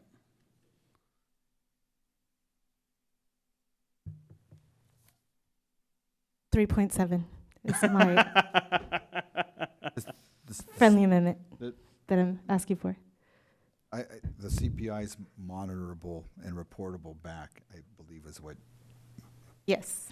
Vice Mayor Cervantes is trying to suggest, is that we can monitor it through a year through the CPI. Well, we do every year. How about 6 months? Your suggestion is to bring it back in 6 months. Do the 3.7s and bring it back in 6 months. No, because there isn't enough time to sort of, you know, have the contracts made and sort of be able to evaluate what we have spent on those contracts. Okay. I would agree that's probably a valid point. Okay. 3.7. Okay, we have a new motion on the floor. Would you like to make that motion and get Dodge to second it again, or he may not go there? Asking about. Let's just get clarity on it, all right? So, move the resolution to, or ordinance, where am I? To move that, the cost of living for 3.7 to move, for the ordinance. So it would be alternative 1 on Yeah. the staff report. That's what I could get. Turn it on. Yeah, so it's alternative 1. Okay, we have a motion on the floor. Do we hear a second? Second. There's a motion by Montesino, second by Dodge. Now we can have discussion on this motion. Councilmember Coffin Gomez. There's a big difference being self-employed and a business owner and the kind of impact of changing or requiring wages for somebody that is self-employed with their staff. And I am concerned about doing that or being required to do that if there's enough income that's being made from the businesses that we're doing business with. This is a minimum standard. They can go and adopt anything higher and above that. We're in a 20% unemployment category here, and the higher we start bringing those wages, it's not going to benefit the 20% unemployment that we have. Me as a business owner, if I'm told that I have to increase my wages for my staff, it would probably put me in a position where I'd have to lay staff off, do the work myself, because I wouldn't have the additional resources. My income as a self-employed business owner has been impacted since everything's happened in 07, 08 for myself. I have yet to recover, but yet under this situation, if I were to have the 10 employees and to do the business with the city as an example, it would put me in a financial situation to be able to cover those costs. And as a business owner, I know that if my costs go up, I have to transfer that cost over to the business people that I'm conducting the business for. So I am concerned about making others tell them what they need to be charging or what they need to be paying their employees, and the concern about the unemployment situation. If we found we could not get contracts for some of these services because our wages were too low or of some other nature, then we may need to consider that, because maybe, again, it's our minimum. If that employer cannot get enough people hired, they're going to increase the wages by the natural force of supply and demand. But being told that we need to increase the wages in a very soft economy, particularly Watsonville that's not recovering from North County, I have a real issue with that, because I am self-employed business owner in this community now and know how tight things are financially for myself and other businesses that may have this impact. Thank you for your comments. You know, I have some of the same concerns, but I do think the economic recovery needs to start somewhere. And this is a place where we can actually apply a little bit of leverage and maybe actually use some other people's money to raise all boats, and that'll in turn raise our local boats as well. So I'm inclined to support the motion at this time. Further discussion on the motion? Councilmember Dodge? I'm supporting the motion because this is agreements we set out years ago. We're not creating this living wage ordinance. This is a living wage ordinance that was signed on by our predecessors, and you know the same folks that have left us in a lot of interesting shape over the last couple of years that we've taken bashing for all the time. But besides my personal beef, I think it's the right thing to do. I think we tie it to the CPI. We can monitor it in a year or not. But it's also, again, it's also something that we've agreed to previously. We're just playing catch up on an ordinance that's already written and it's already in place. Thank you very much. I think we're ready for a roll call on this item. Yurisic, Given the state of the economy and what's happening in our city, no. Cervantes, Yes. Kaufman Gomez, No. Dodge, Yes. Fernandez, Yes. Montesino, Yes. First. Yes, and so approved. That brings us to the conclusion of our agenda, unless there's any emergency items added to the agenda. No, there's no closed session, so there's nothing to report. Save your money, but spend it at the same time. In Watsonville. Have a happy 4th of July. Attend the parade.